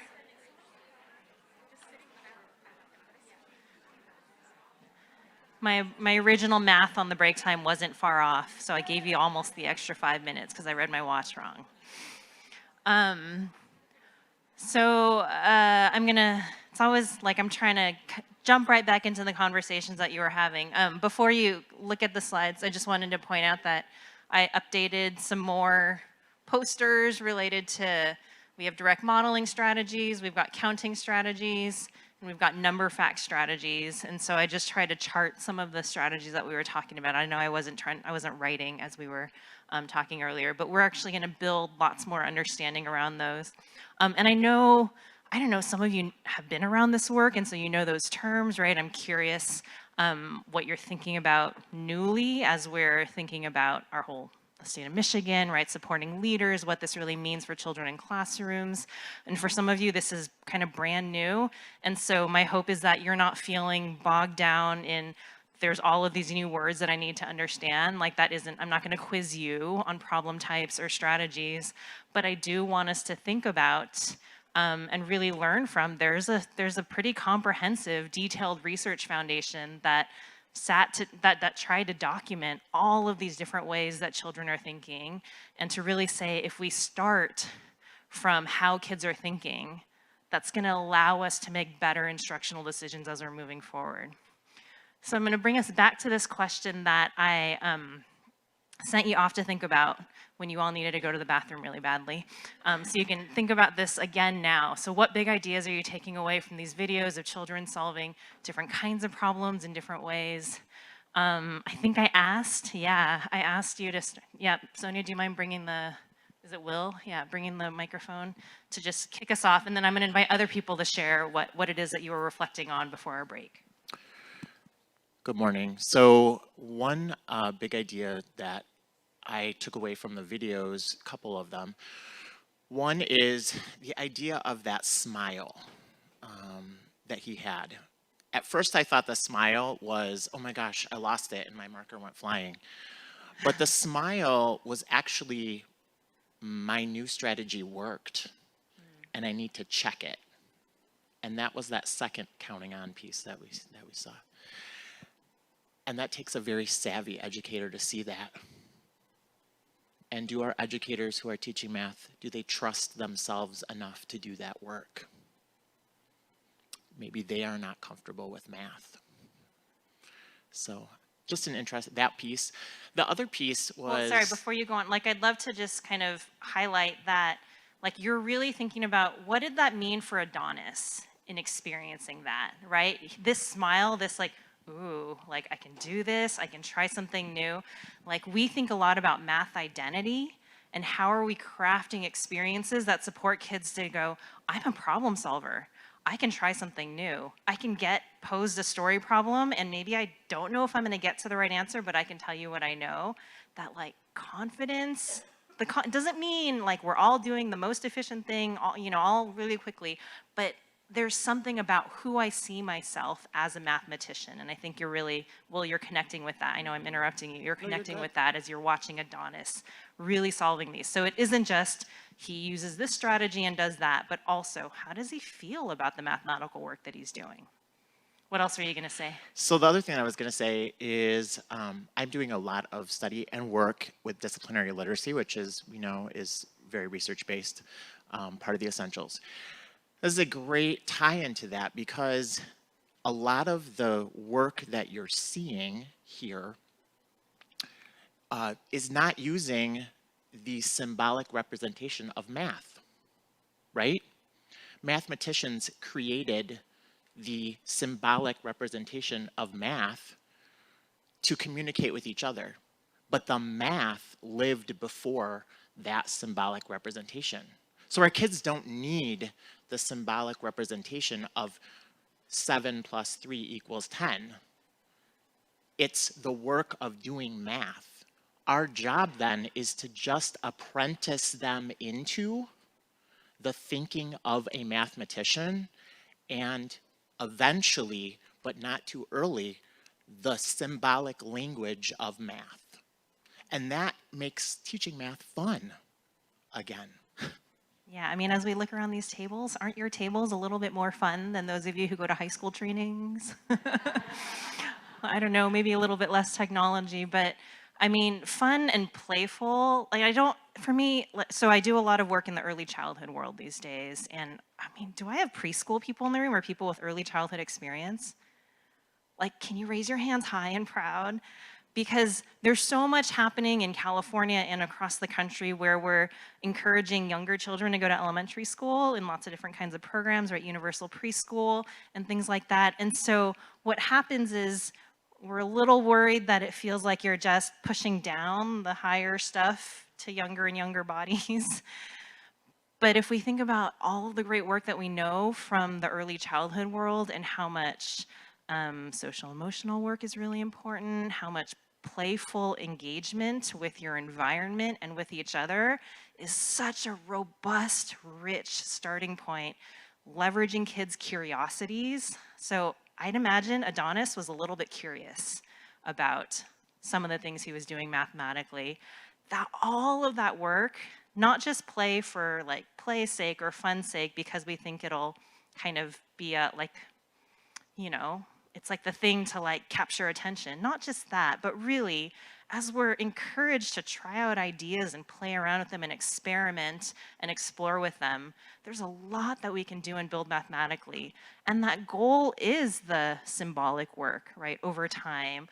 Jada, with her 3 packages of gum, she's not thinking about timesing right now, but eventually she'll think about 3 times 6 as 18, and she'll have a really, really strong foundational core of, oh, I know what that looks like.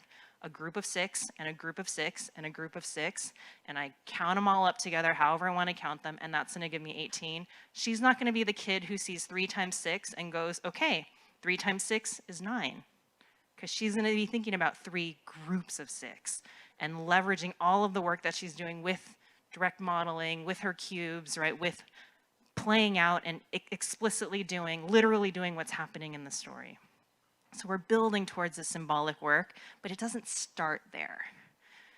Other big ideas that people are thinking about? Yeah, Jess is coming right behind you with a microphone. We talked about how it's important to have a variety of tools available for them and to not try to push them into one strategy, let them decide if they want to use the tools. So the teacher said, you know, you can use these cubes, you can use this paper, you can even use your fingers, like letting them know that's okay. Yeah, and even Adonis, who goes straight to paper pencil and he writes an equation, the equation is not how he solved the problem. He actually solved the problem with his fingers, counting, with number facts, derived facts. So part of what we're doing together is we're actually looking at the nuance and the details of what kids are doing as they use different tools and modalities and representations and such.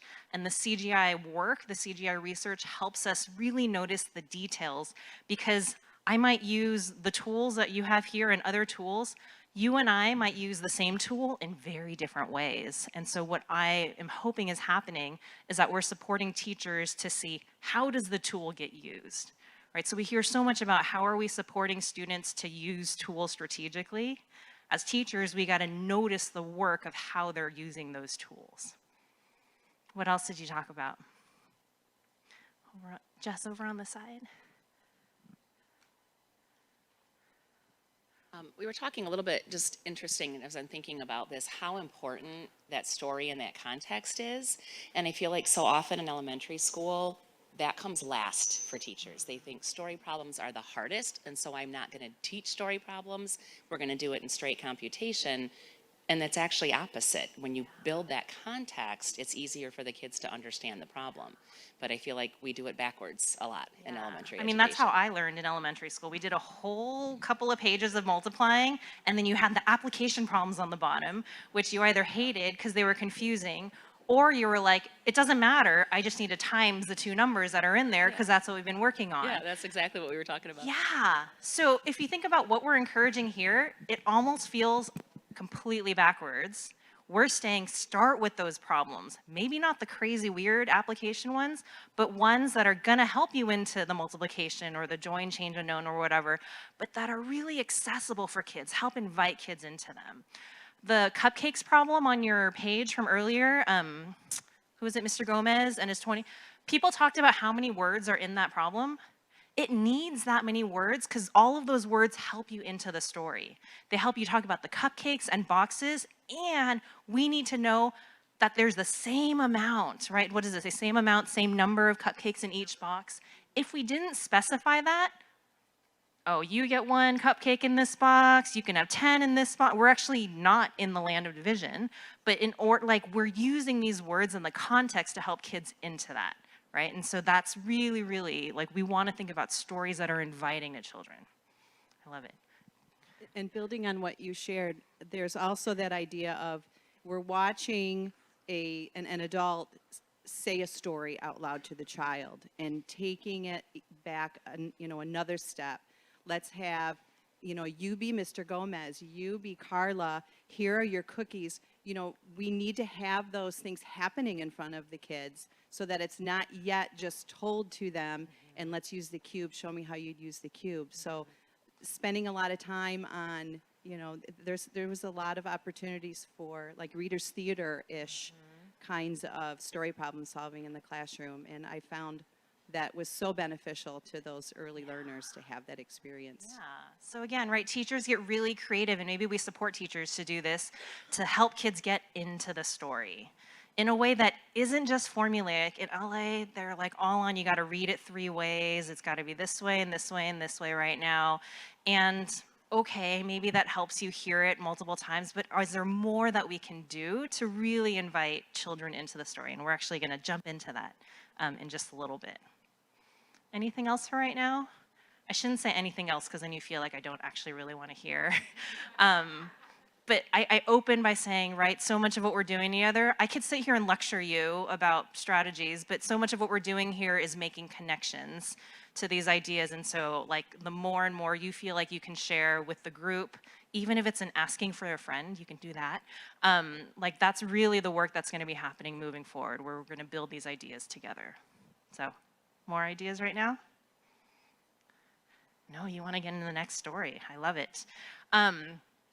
A quick, you do have a handout on your table. I'm not going to have you spend much time with it, just so you know it's a blank version of what's on page 14. And I never have enough time to do all the things I planned. But this is a really nice follow-up to the work that we did around the problem type chart, which is just go write a problem or two, right? So I'm not going to have you do that, but you can file it away into your folder. And as you're maybe encouraging other teachers to write some story problems, they can use page 14 as a reference. You might not like the names that we have there. You might choose other names. You might choose other contexts. And you might choose numbers that you think might be really productive for a specific group of students. So that's just a handout that I'm going to have available for you.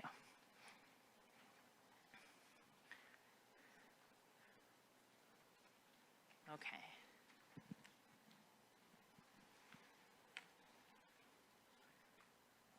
All right, and then we'll have that, not quite yet, but not yet, yeah. Okay. So back to this idea of how are we basically flipping the textbook pages? How are we starting with the story, right? And how are we using that to get kids into the story? So what I'm going to do, hopefully, is I'm going to engage you all as a group of learners right now, as if I were a teacher in a classroom and I was posing a brand new kind of problem that I thought would be a good meaty problem to work on. So I think this is a problem that should be good and meaty. Like you shouldn't know the answer to it right away. If you did, then that wasn't worth our time, right? Like something that you got to do some figuring out. But hopefully where you feel like you're entering into it in a very supported way and that you have a place to get started, even if you don't know how you're going to finish the rest of the workout. So do people recognize these? My daughter, Annie, this is like her world right now. We have so many of these at home. Do you know where she might keep them? All over. But in a binder, absolutely in a binder is what she really wanted. Although now we've like exceeded the binder. And so now I'm like storage, I don't know. I'm like having all sorts of organizational issues here. But I love this like story context of like I used this maybe 20 years ago, and then they went out of fashion, but then you can like recycle. Right now they're like back in style. If kids here didn't know Pokemon cards, I probably wouldn't have started here, but my assumption was that kids here, just like in LA, know Pokemon cards. Okay, so we're gonna talk about Annie, and she had, can you all read that number with me? Yeah, 28 Pokemon cards in her binder. So can you just kind of think about what her binder might look like? Do you think it goes over like one page? Yeah, how they're organized. I don't know, different binders are different sizes, right? And so kids right now might say, my binder's pink, or my binder has this on it, right? But so I really want you to think about Annie having 28 Pokemon cards in her binder. So her birthday's coming up, and she's gonna be getting some more. So she gets some more cards for her birthday. Okay. You're probably wondering something right now. Yeah, why don't you just tell someone next to you, what are you wondering right now?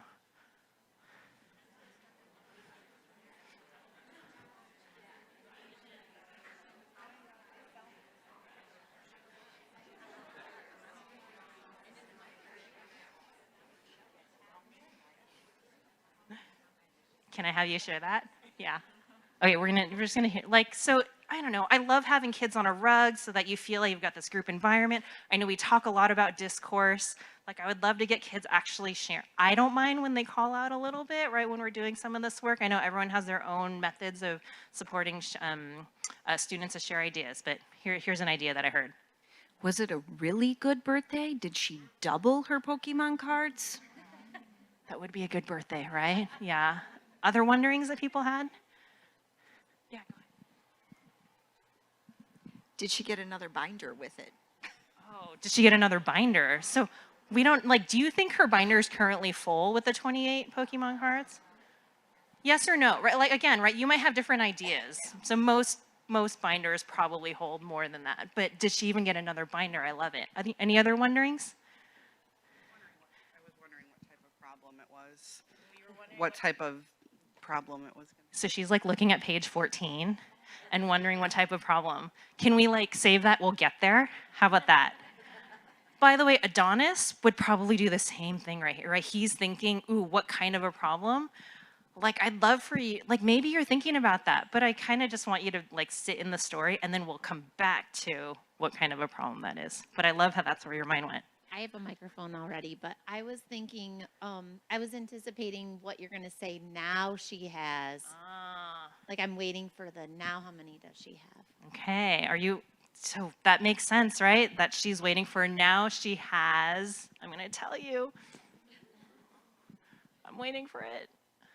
And now she has 61. Oh, interesting. So it was a good birthday, yeah. And so we're wondering how many Pokemon cards did Annie get on her birthday? Awesome. So we could stop right there. We could continue to ask some questions.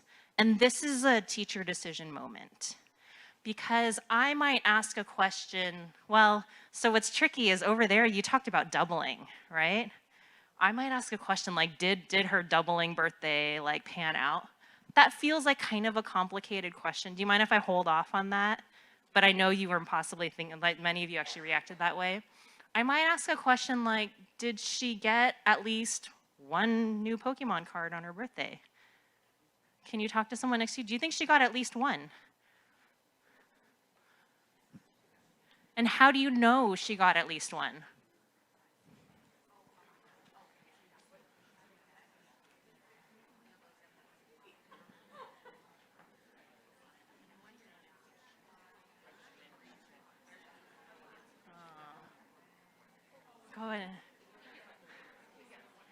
Okay, people are talking about packs. You're getting pretty complicated here. So I might ask a question. Like, do you think she got like 100 Pokemon cards on her birthday? Can you talk to someone next to you? Do you think she got like 100 on her birthday?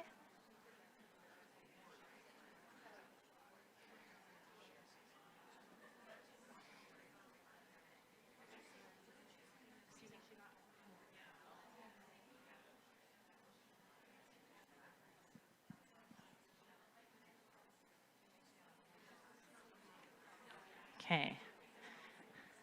So, do you notice how I've asked a couple of new questions? The couple of new questions I asked are actually very specific to this problem, the numbers that are in there, and kind of like the goal of them is to help you think about the relationship that's happening without having you solve it right now. But that's kind of a tricky territory. Do you get that? Like, if I had asked, do you think she got like 30 more? Did you hear if I said that? That's kind of too close. So what I did was I asked, they call the maybe like reasoning or estimation kinds of questions. I'm not trying to say go estimate it, right? So I tend to veer away from that word. But those are reasoning questions that just help you think about, she had these that are here, and she's gonna get more to the 61. So kind of how many, like, am I anticipating a whole lot more? Am I anticipating just a tiny bit more? Just to make sure that we're giving access into that relationship. But I might argue that you might choose not to ask any of those questions because you feel like you're doing too much of the work for students. Or you might feel like you want to ask a couple more of those kinds of questions because you think it's helpful as a way to get kids started. But that's going to be contextual and situational to the students that you have. Okay, I didn't open with a big, you totally could, like, do you know who Annie is? You don't know who she is. I just had to tell you, right? But Annie could have been someone in our class, right? We could have like really played into the Pokemon, like who collects Pokemon cards. I don't want people to shy away from those kinds of questions because they feel like that takes too much time. Sometimes the time is really valuable, right? Because it really gets kids excited and gets them picturing these. I really want them to have a sense of these 28 Pokemon cards and building more in order to get to the 61. So now my job for you is I'm gonna have you solve this. And we have handouts. They're the most complicated handout ever. They just have the story problem written at the top and they're completely blank otherwise. So if you're waiting for yours, it's okay, you can think about it.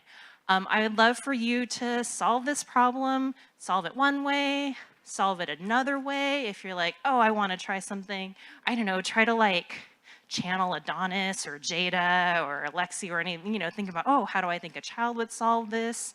Talk to people next to you. I'm gonna walk around the room and I'd love to take a picture of some of these so that we could share them as if we had a whiteboard and a document camera, which is a little harder in this room. So just so you know that we might be doing that, and I hope your feelings aren't hurt if we don't capture your strategy. But just go solve with each other. Have some fun with this. Explore. Be curious.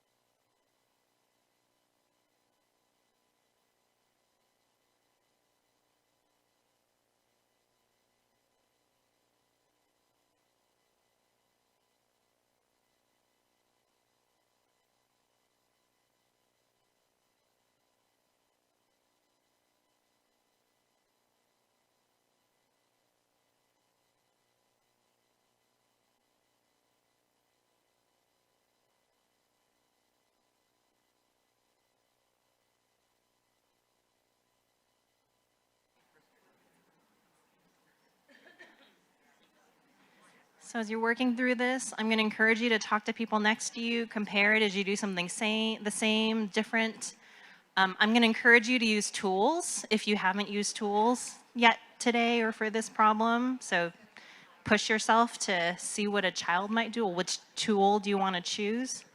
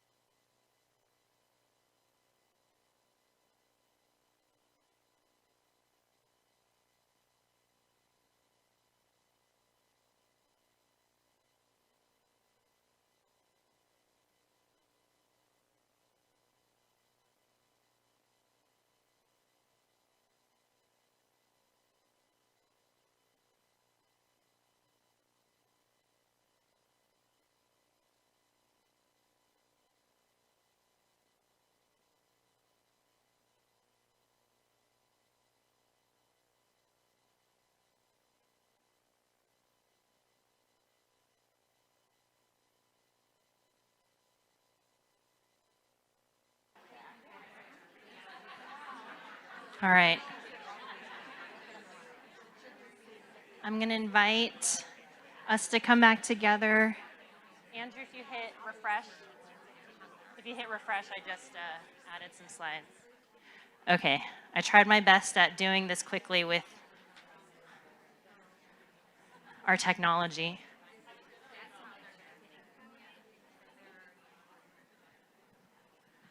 So I'm going to invite just a small handful of folks to come share their ideas. In case you're wondering about the technology on Google Slides, you can go to Insert Image and then choose Camera. So I just held people's student work in front of my laptop camera and just hit whatever the take a picture button, and then you can insert it that way without having to like email yourself. I don't know, all the rigmarole that we do. So yeah, I just chose 3 different strategies that I thought were kind of different. Whose was this? Was this Jess's? Jessica. All right. So do you mind sharing your strategy with us? So my thinking was that the kid would start with 28 and then go to the next decade. So +2, and then 30 to 60, they could count up by tens to get 30, and then one more and add them all together. Thank you. So, okay, yeah, you can applaud. You can applaud for Jessica. That's okay. And as I'm doing this, honestly, I'm inviting you to like share your idea, and there's so much that you might think about as a teacher to facilitate this. Maybe I'm doing some of those moves, maybe I'm not, right? But that's a lens that we can bring to this. So can people tell me, where did Jessica start? What number did she start with? 28. And does that make sense with the story? I don't know. I mean, I wouldn't say that to students, but like, I want you to think about, those are the Pokemon cards that Annie had, right? So she had 28. What was the very first thing that Jessica did with the 28? Ooh, I don't know if you can hear your murmurings. You're actually using different language. I actually hear the like curricular resources that you might be drawing from. Like she went to a friendly number, a benchmark number, the next decade. I don't know, there might be lots of different ways. But she put 2 more, right? And like that +2, what does that mean back with the story?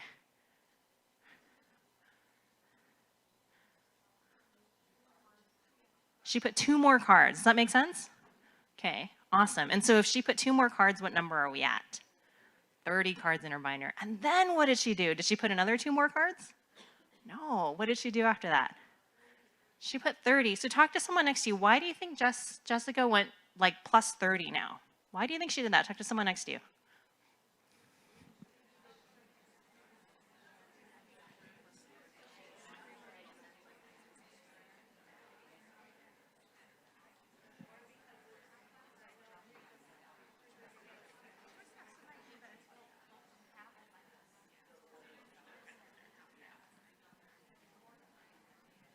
Okay, shall we ask Jessica why she did it? You all did some speculating, you had to do some work, but we can ask Jessica, why did you go +30 now? Because I knew I needed 30 more to get to 60. But I heard Sonia say doubles, right? 30 and 30 is 60. Did you talk about some of those ideas? So I also heard more like she took a bigger jump. People are talking about jumps. You're thinking about other kinds of jumps, but Jessica's thinking like getting to the 60. And it's like, I can think about, do I want to dig into that more? Like, why 60? Like, why didn't she go further? Like, why 60? Like, I'm really wanting kids to think about why 60. Why is that helpful for her here? Because it's close to 61. Yeah, it wasn't a trick question, right? But I mean, I think some of the things that feel obvious for us, like I'm wanting to try to get kids to make explicit why they're making certain decisions. And it might just be because I wanted to. Maybe I know 3 and 3 is 6, and so it helps me know 30 and 30 is 60. So there might be different things that kids say. And so I'm kind of just treading into the territory of trying to draw out a little bit more. And if kids are brand new to this, they're going to be like, why are you asking me so many questions? And I don't want it to feel like an interrogation and you did something wrong. But over time, I'm hoping to build a classroom community, a math community, where it feels normal to get questions to my strategy, because the questions come from a place of curiosity and a place of trying to understand your work more deeply. All right, any questions for Jessica that you wanted to ask of her strategy? Okay, let's do another one. Is this Angie's? Oh, not yours. Yours is the next one. Oh, over here. What was your name? Amy. Okay, so I tried to approach this from a early L standpoint. So I built her 28 cards out of the base 10 blocks, represented obviously with 10s and 1s. Then I counted. Sure. Drop the mic, but you got to warn kids. I got to warn you. I'm going to interrupt you a little bit because I want to make sure that we're all with you, right? Like that. It's not. This isn't just about you, Amy, right? This is about about everyone. So she's talking about how many right now? Is she talking about all of them? Which ones? Just the top, just the 28. Okay. And then Amy, how did you count those? The initial 28. The top. So I counted 10, 20, and then by ones, 21, 22, 23. Can we do that with you? Sure. All right, let's count with Amy. Ready? Go. 10, 20, 21, 22, 23, 24, 25, 26, 27, 28. All right, we're all good. We're good together. Awesome. So From- what did you do next? From there, I counted on by tens until I got to a number that was less than my total cards. Ooh, okay, I'm gonna have you pause there. So let me see. And I struggle with this because I've been taught the more I say what Amy says, the less you actually have to listen to her, if you think about that. So I'm gonna try to not to repeat it. Maybe, Amy, can you repeat exactly what you said, which is tricky. Yes. I don't know if you're gonna remember what you said. So I counted on from 28 by tens until I got to a number less than 61. Okay, can you turn to someone next to you? Can you try to count what you think Amy's describing? What numbers do you think she said?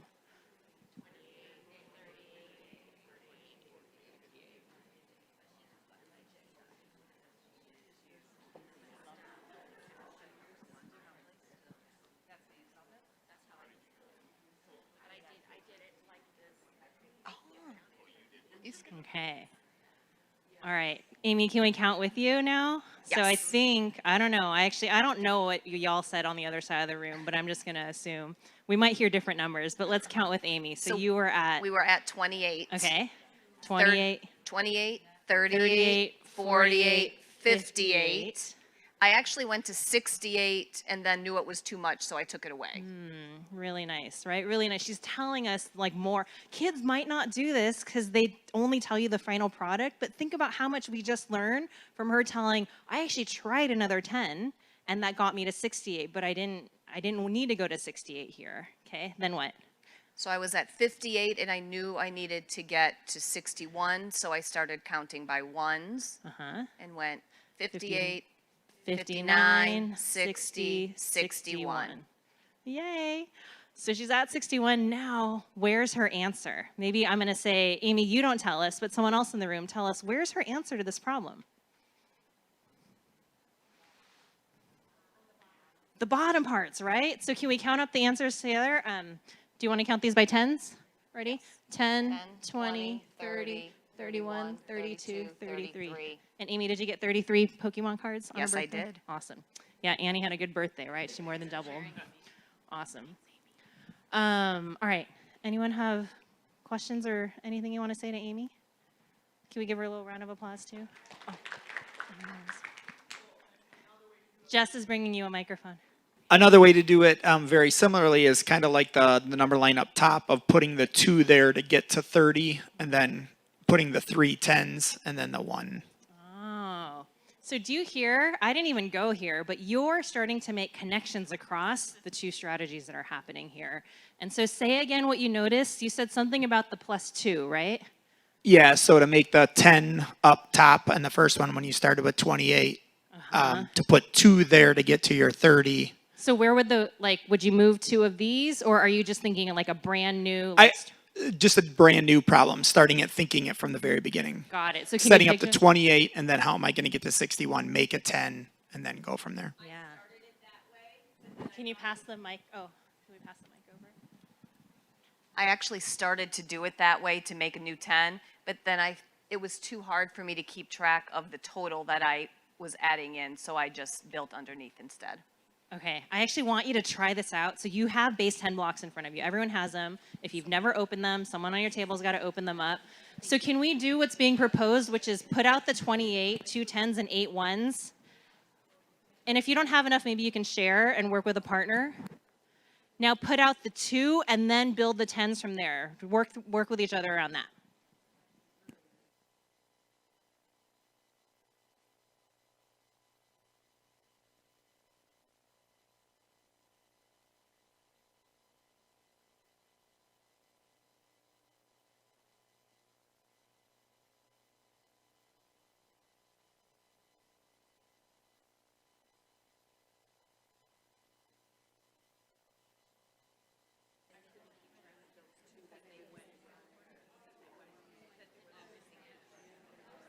So what he's trying to propose is that from the 28, we went 30, 40, 50, 60. So where's your answer? To give an idea. Those 2, yeah. But when I put them all together, where's my final answer? So that's the confusing part. Unless you had 2 different colors. So wait, if you're saying that you have the 61, so if it's 61, if you take away the 28, so you say 10, 20, 21, 22, 23.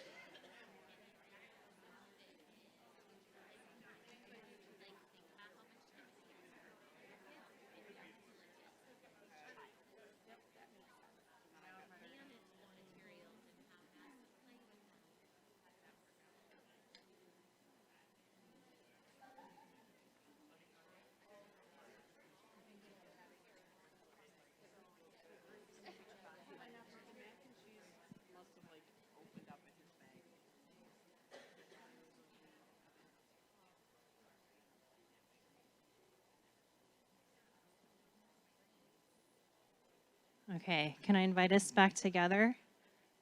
Was that a little complicated? I don't know, maybe you're like, no, that wasn't complicated for me, I got it.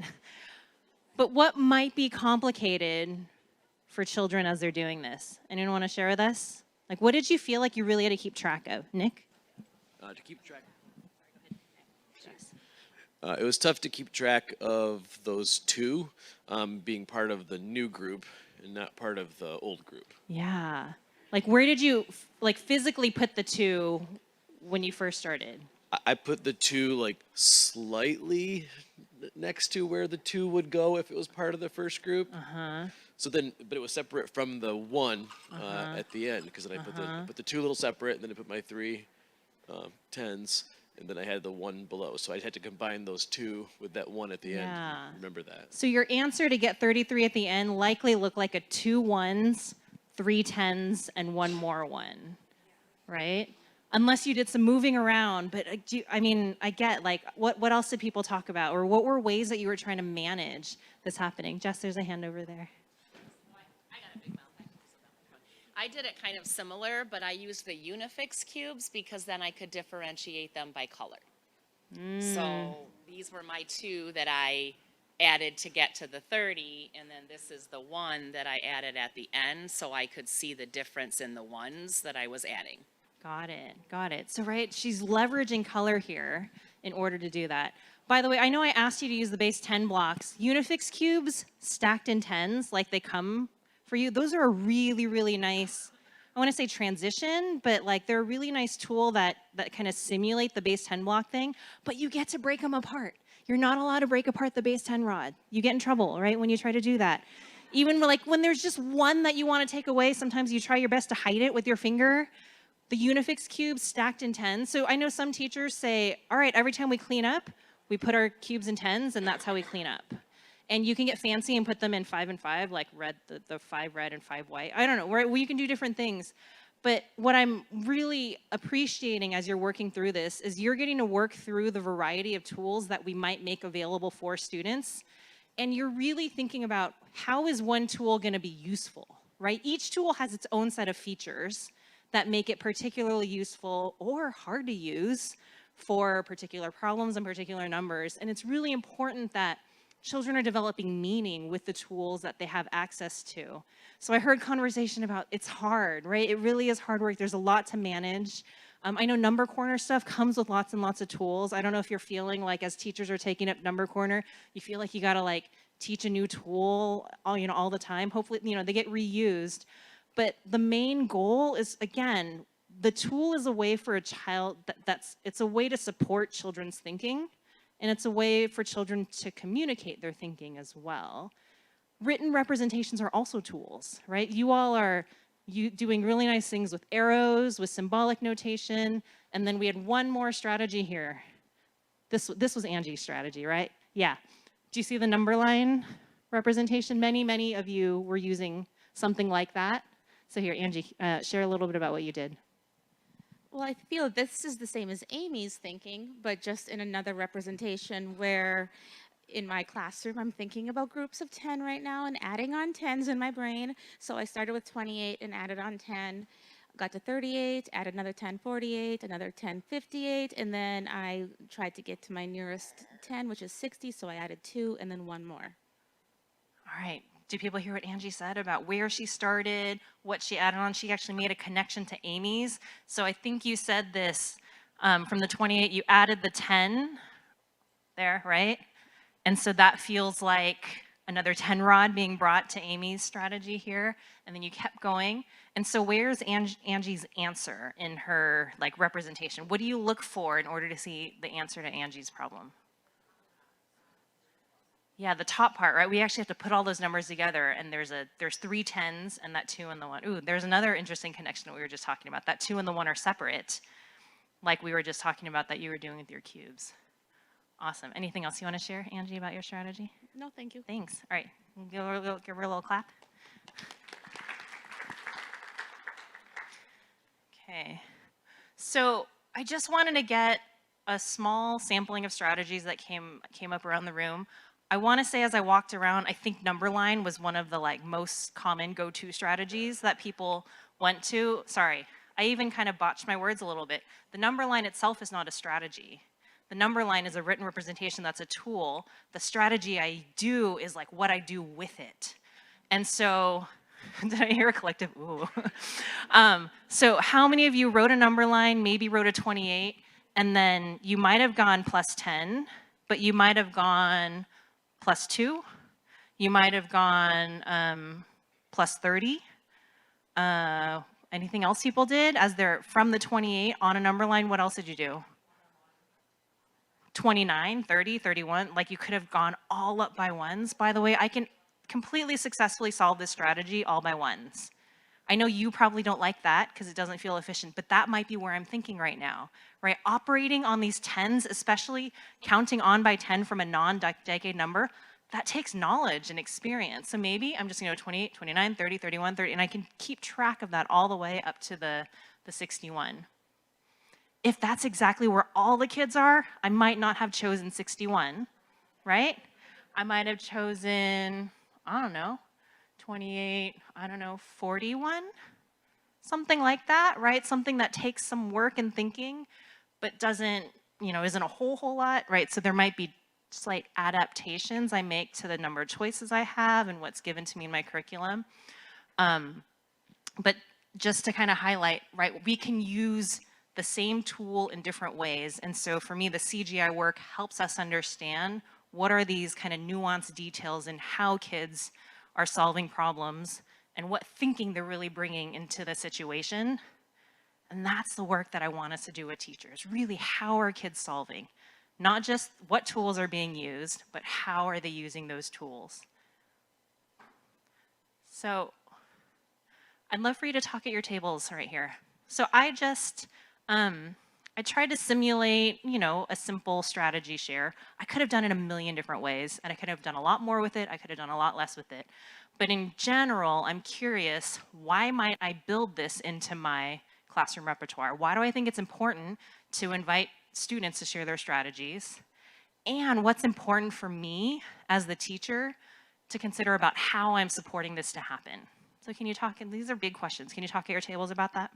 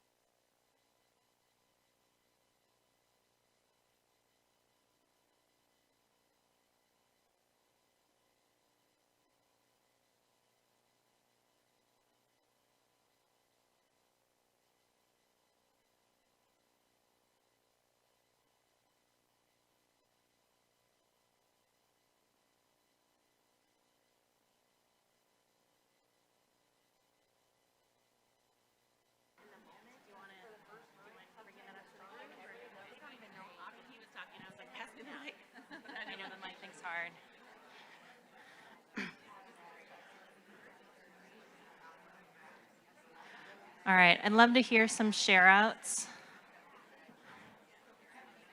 Jess, can you start here? Okay. All right, I'm going to invite us to come back together, and I'm going to invite folks to share out what you were talking about. All right, so we were talking about how earlier Angela said that she doesn't always like to talk too much and take the words away from the student. So we were talking about how you could ask another student to paraphrase the student. Have a student paraphrase the student instead of the teacher paraphrase the student all the time. I mean, I'm sure there's a lot of discourse moves that you have built into your repertoire, right?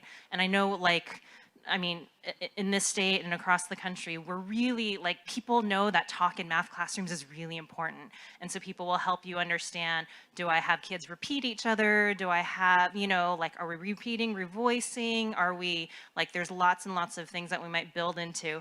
And so I love how you're able to leverage some of those, get another kid to paraphrase is a lovely, lovely strategy. So you now get to add that, build on your toolkit of supporting kids to talk and think about what else is really important about why we're inviting kids to strategy share. So what else did you all talk about? Yeah, right here.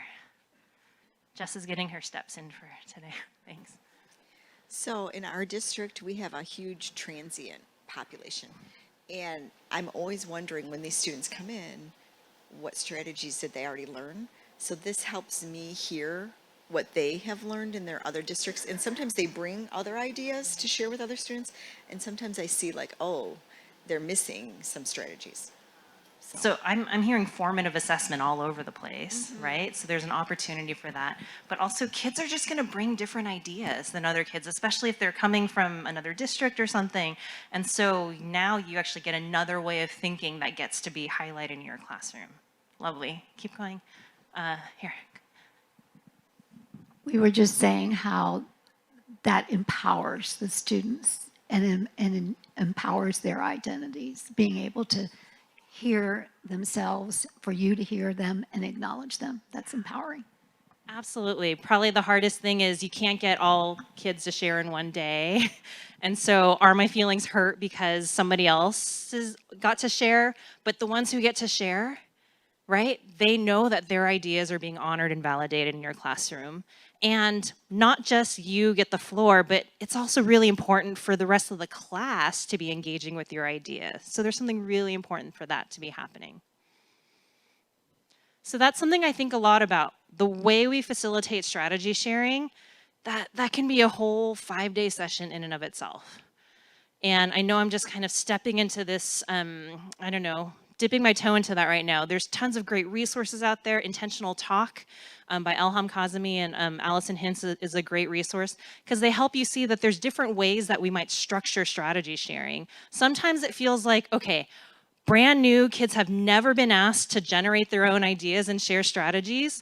I want my strategy shares to feel like every student's voice gets heard. So it might feel a lot like show and tell, right? Like we're just here to celebrate, we're here to build community, we're here to have kids get used to just being up in the front and sharing their ideas, and maybe we just go through them a lot in one day. Because that's how we're building, right, mathematical identities and participation in our classroom. Maybe the ones that I did earlier, maybe we wanted to make some connections across maybe I chose those on purpose because I wanted you to make some connections across those. And it sounds like you all were already doing this on your own. As the next person came up, you said, well, my strategy's like this earlier one that was shared because, or mine's different, right? Because, and those are the kinds of things that I want kids to be able to do. I want them to see connections because if I'm the kid who does a strategy the most like Amy's or whoever's, and I can see a little bit of my work in somebody else's, that's going to stretch my mathematical thinking, right? That's going to stretch my mathematical understandings. It's not easy to understand somebody else's work. And so that's the work that we're facilitating as a teacher. So I might ask particular questions that help you compare and contrast, that help you troubleshoot. Maybe a lot of us started with the 28 with blocks and we got stuck because we didn't know how to keep going. Maybe that's a conversation that can build out of our strategy share.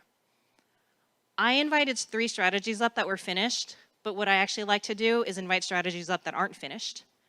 because you don't have to finish to share your strategy, right? We can say, maybe let's do a strategy share just with everybody's starting point today. And that's a place that we can have a conversation. So there's so many different decisions that we might make.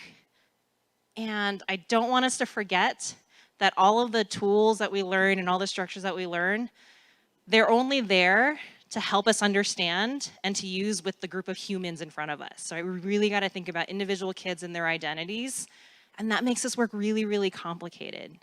So for me, no two strategy shares are going to look exactly the same, but they might be driven by the same principled ideas of, it's really important for me to listen to other kids' strategies. They're gonna have different ideas. It's really important for me to stretch my own thinking with somebody else's strategies. It's really important for me to work with other kids, right? And so listening to how they share their strategies allows me to understand their thinking a little bit more.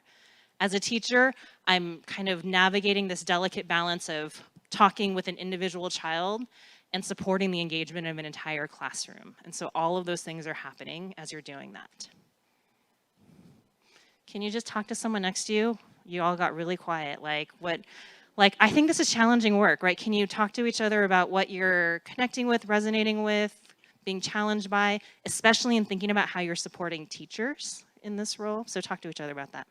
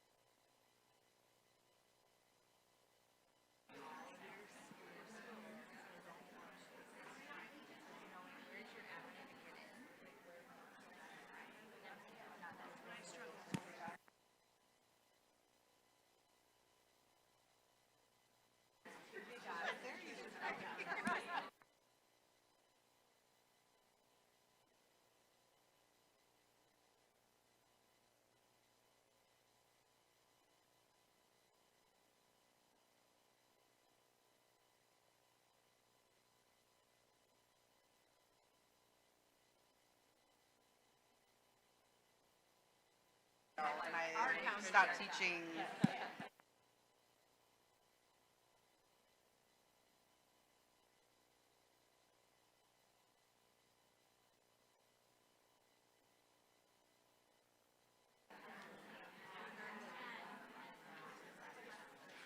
Okay.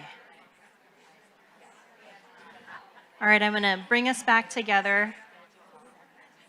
I know you all have handouts, but like, not yet. Like, pause, I know. That's okay, it's fine if it's in front of you. So back to this story problem, there was an opening question of what problem type is this? And I thought I shouldn't leave it before having us answer that.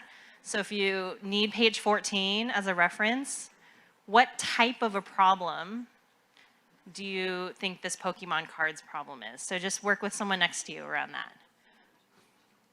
It's also similar to one of the ones that we did earlier this morning.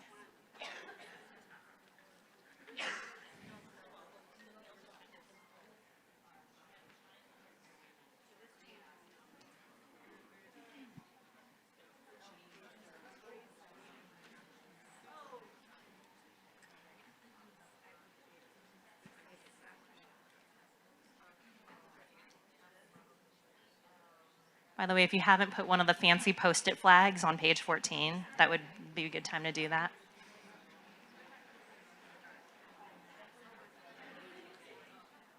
Okay, what row are we in the chart? Top row, we're 1, 2, 3, or 4? Ah, oh, this is interesting. I hear disagreement. Okay, now I need to find this slide. I'm out of sequence on my slides. Andrew, if you could get me back to slide 18. My question is, what row are we in? And so I'm hearing, yeah. Okay, here, that's fine, we can have this. I'm hearing top row or third row? Ooh, really, really good question. I want to hear it, actually, I want to hear an argument for one or the other. And it's okay, like we're gonna disagree, but that helps us understand what's actually similar or different across these two rows. Okay, Jess, do you have a microphone all the way in the end? Were you stretching? Yeah, but Okay, well she was stretching and now she's been volunteered to answer her we question. said it's number 1 because there is a change. There's an action. She Okay. had a certain number and then she's getting more. So there Okay. is an actual action that's happening in that problem. So people say, so she had an amount and she's getting more, right? And that more that she's getting, we don't know that amount, and then she's gonna have more at the end. So something's being joined to the quantity, but that change is unknown. So top, middle, do people see that? So that's an argument for join, change, unknown. What's an argument for the part, whole row? Why does it feel like a part, whole problem? Why it's not. Okay. Can I say why it's not? Yeah. Okay, so I think a part whole would be part of her cards are Pokemon cards and part of her cards are baseball cards. So that part of them are this. And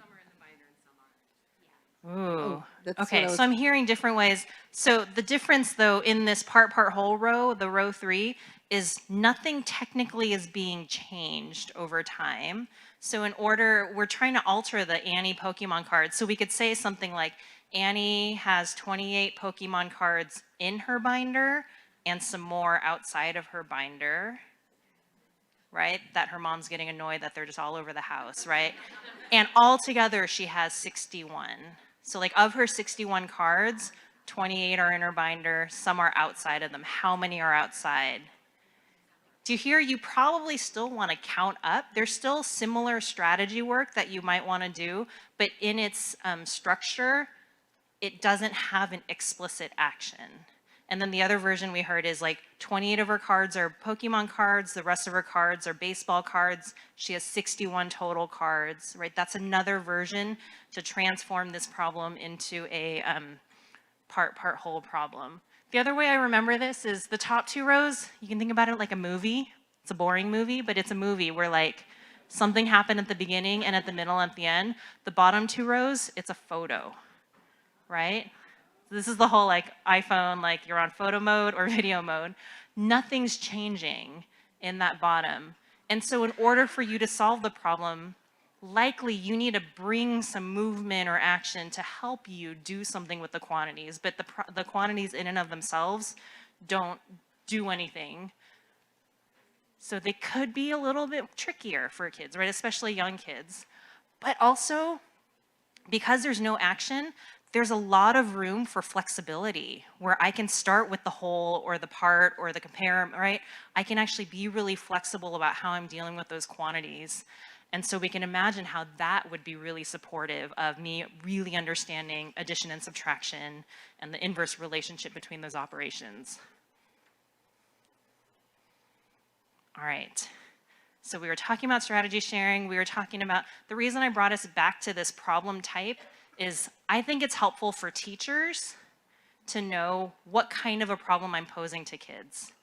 Kids may or may not ever hear, likely they're never gonna see these terms, but my hope is that kids get experience all over the chart, right, throughout their elementary trajectory, even though so much of our curricula is gonna sit in just a couple of boxes for a long time. Part, whole problems are very, very common, even though they're really not the most like accessible for kids. So my push for you all in thinking about your support of other teachers is how do we help teachers be intentional about seeing all of the problems that they have available to them in their curriculum and choosing, ooh, that would be a really good problem to pose to students today, or saying, I'm gonna skip page 14 today, or not, you know, whatever, I'm gonna skip this problem, I'm gonna go down to problem 4 in this set, because that's a really good one. To be intentional about looking at what they have. No teacher ever does every single problem on every single page as it's laid out, even though teachers feel pressured that that's what they're supposed to do. Right? No one's ever done that. Why? Because they're built to have many more minutes than we actually have in our day. There's that. But also they're built with like a, here's our best bet at a good sequence, but they don't actually know your kids, right? They don't know the knowledge and understandings that your specific group of students are bringing to this situation. So for me, what's important about this CGI work is not that you can say JCU or whatever, but that knowing that how children solve problems and how problem types vary, that's gonna make me better at choosing something that's gonna meet the needs of my students. And that's gonna allow me to learn more about their thinking. And the more I can learn about kids' thinking, as they're sharing strategies, as I'm circulating, as they're working, as they're talking to a partner, as they're talking in small groups, whatever it is, whatever our structures are, the more I can learn about kids' thinking, the better I'm gonna make an instructional decision, a next step, that's gonna be individualized and differentiated for my specific group of students, and that matches their understandings. If I'm blindly following a sequence, I'm just kind of taking a shot in the dark that that was the best thing for them next. And maybe it's a good one, but maybe it didn't quite work for the students that I have in front of me. So we're supporting teachers to be better listeners of children and then to make better instructional next steps that are gonna meet kids' needs.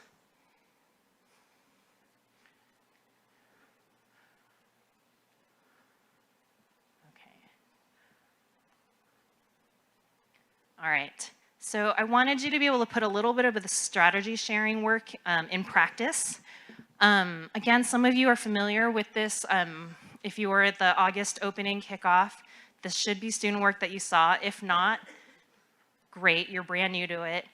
But the lens I'd like you to bring to this is thinking about if these were 4 different strategies that existed in my classroom for this problem, who would I invite to share? And why? Which 2 kids would I invite to share? Which 3 kids? What order might I invite them to share? What questions might I ask them as I'm inviting them to share? So work with each other around that. How might you support strategy sharing around these strategies?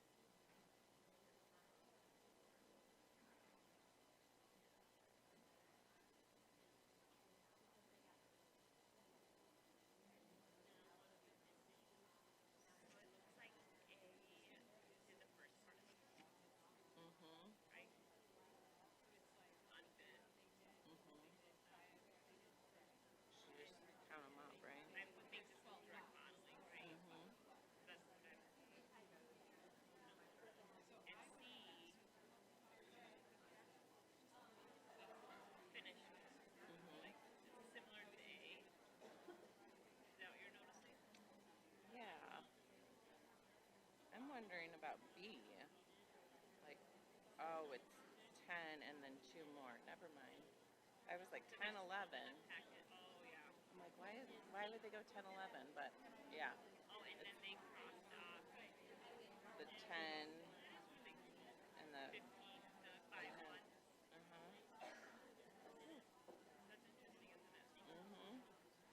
So I feel like B is the one understanding the 10s and 1s. Because they were even, they didn't have to do like 12 tally.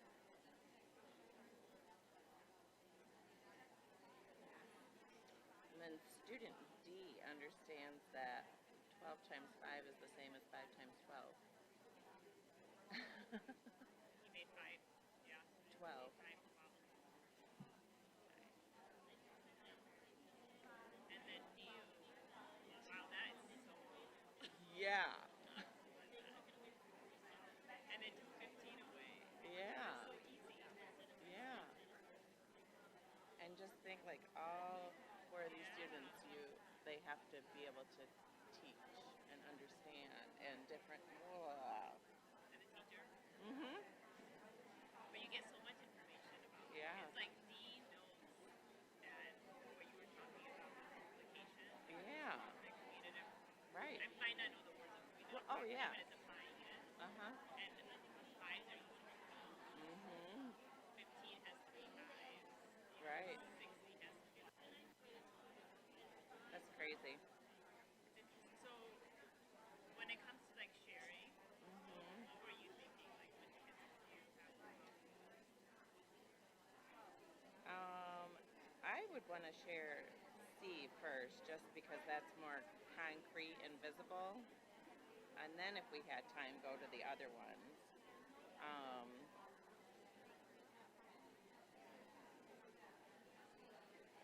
And maybe I would share A if that was a common mistake done by me. Okay, yeah. Kids make. Although I think A connects so nicely with C. Like A, whoever A is, will see. Yeah, I could have just did, yeah.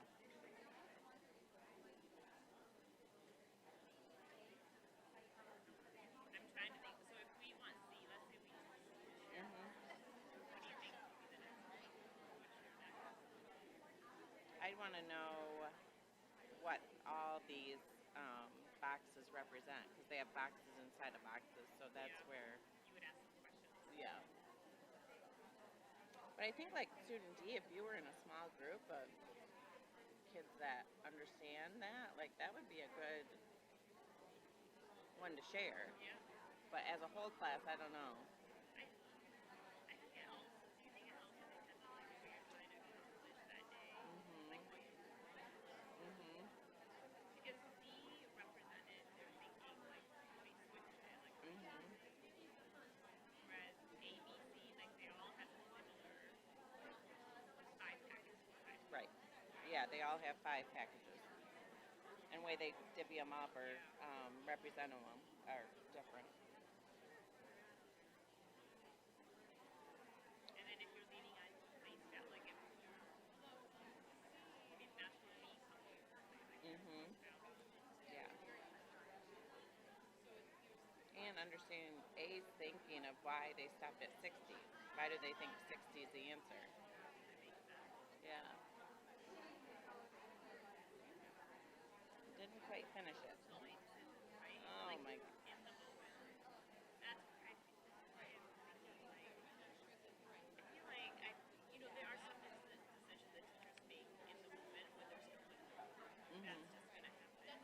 But how can we build like this environment in school or in school where your grade level team, your principal, your coach, they support you in these decisions. They might not be physically with you in the moment. Right. But you know that these decisions are being made. It's not just you leaning on.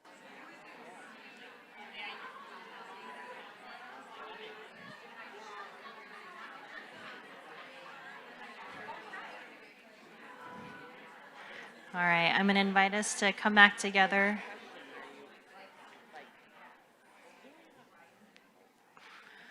Y'all had a lot to say about the kids and their strategies. We're actually not gonna, like get into every single version of what you can do. But what I'd like to highlight is how much kind of curiosity you brought to looking at their work, which I really appreciate, and I think that's what we're trying to cultivate in teachers. It's really easy to do a right-wrong pile of student work or a red pen version of what do they need to fix. The CGI work helps us, it's a very asset-based approach to mathematics, and so it helps us say, what does this child know? Right? So we can always start there, and I love how much you all were digging into, well, what does student A know, right? Student A knows a lot about making groups and an equal number in each group, and you were probably curious about how they organized the lines that are in there. Like, did they do that intentionally, or do you just run out of space as you're drawing all the individual lines? Student C, some of you were probably thinking, which ones got crossed out, in what order? Why are there dots in other ones? If you didn't notice that there are dots, but not all of them, that might be something you ponder about and be curious about later. Student B, you might be thinking about the 10s and 1s. Did you know they were 1s? It took a minute, right? Those aren't 4s, they're 1s, they're crossed out. But we might imagine, what tools might I have a lot of experience with, like the tools in front of you on their table, that might support me to do that kind of work. And student D, you might be thinking, okay, did he just flip the 12 and 5, like without knowing it? Or just know that, well, 5 packages of 12 is gonna be the same as or equivalent to 12 groups of 5, so I can do all my 5s, and that's actually exactly what this kid did. He said, well, I knew I was gonna have to take away 15 later, so in anticipation of that, he realized that putting 12 5s would make it really easy to take away a 15. That's like, wow, high level, right? Anticipatory thinking. That comes from a non-formulaic way of getting into the problems, right? A non-procedural way. Because if I think this is a 2-step problem and I have to do them as 2 separate steps, that makes me only think about kind of 5 groups of 12 is 60 to start. But maybe if I'm thinking about the whole thing, right, really the entire thing in kind of a comprehensive way, I can be a little bit more anticipatory and use what I know about number relationships to inform my strategy.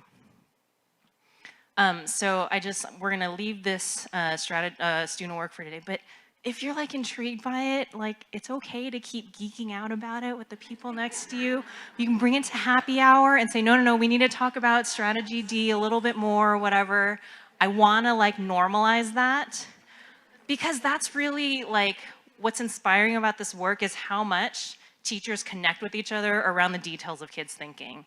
Those conversations are hopefully gonna shift in the teacher's lounge, in the hallway. You're gonna be hearing teachers go, oh my goodness, can I tell you about what so-and-so did? Or I am stuck, right? A new strategy came up in my classroom and I need you to help me think about that. We're building community around kids thinking, and so this is one way that we might be doing that.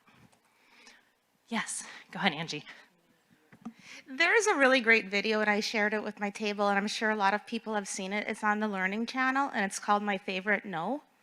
And it's how a teacher celebrates those mistakes and turns that into that opportunity to reinforce what the students had right already and to continue to build upon that. So it's on YouTube also, but I highly suggest My Favorite No. It's not My Favorite Mistake by Sheryl Crow. It's My Favorite No. All right, and if you need more directions around that, you can come find Angie right here at the front table for help in finding that resource. All right, so the last thing I'd like to do before we head into break, I'm gonna give you a quick introduction to this. Does everybody actually have a book? So if you don't have a book, you can like make eyes at. Everyone has a book, right? So I'm gonna ask you to read 2 paragraphs with a new partner, but hold on, before you start reading, you can find the page, it's page 4, and like put your finger there, but don't start reading it. You have to listen to my instructions. This is the thing that I do all poorly with the like, not telling you all the instructions before you actually wanna get into it. But I'm gonna ask you to read these 2, but actually I'm gonna have you stand with a brand new person that isn't at your table. So you're gonna like awkwardly meet someone new. This is your awkward reading conversation. And just read it, right? You can stand next to each other and read it, but I just wanna make sure everyone has a partner. And I want you to think about this. These are the prompts I have for you. Which ideas might resonate with teachers and which ideas might be challenging for teachers. And so that's in there. One quick thing I want to highlight, you're going to see a phrase derived facts in the middle of the first paragraph. So that's just another way of talking about number facts. Okay, so, oh, I'm so sorry. In case you were not awake yet. So if you see that and you're like, we haven't talked about that, that's all they mean, like the number fact strategies that we're doing. Okay, so I'm gonna have you stand up, go awkwardly find a new partner, introduce yourselves, and then take a moment to read silently next to each other and then talk about what you're reading.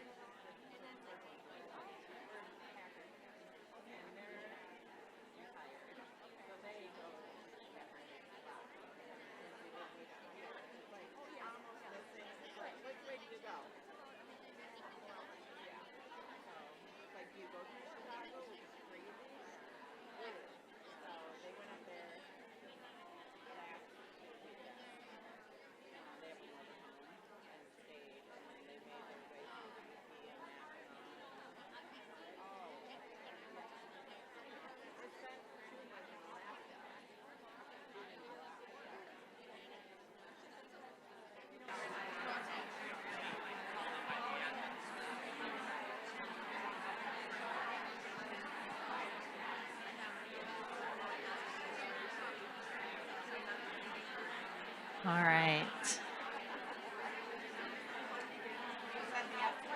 If you're starting to finish up, you can thank your partners and head back to your tables.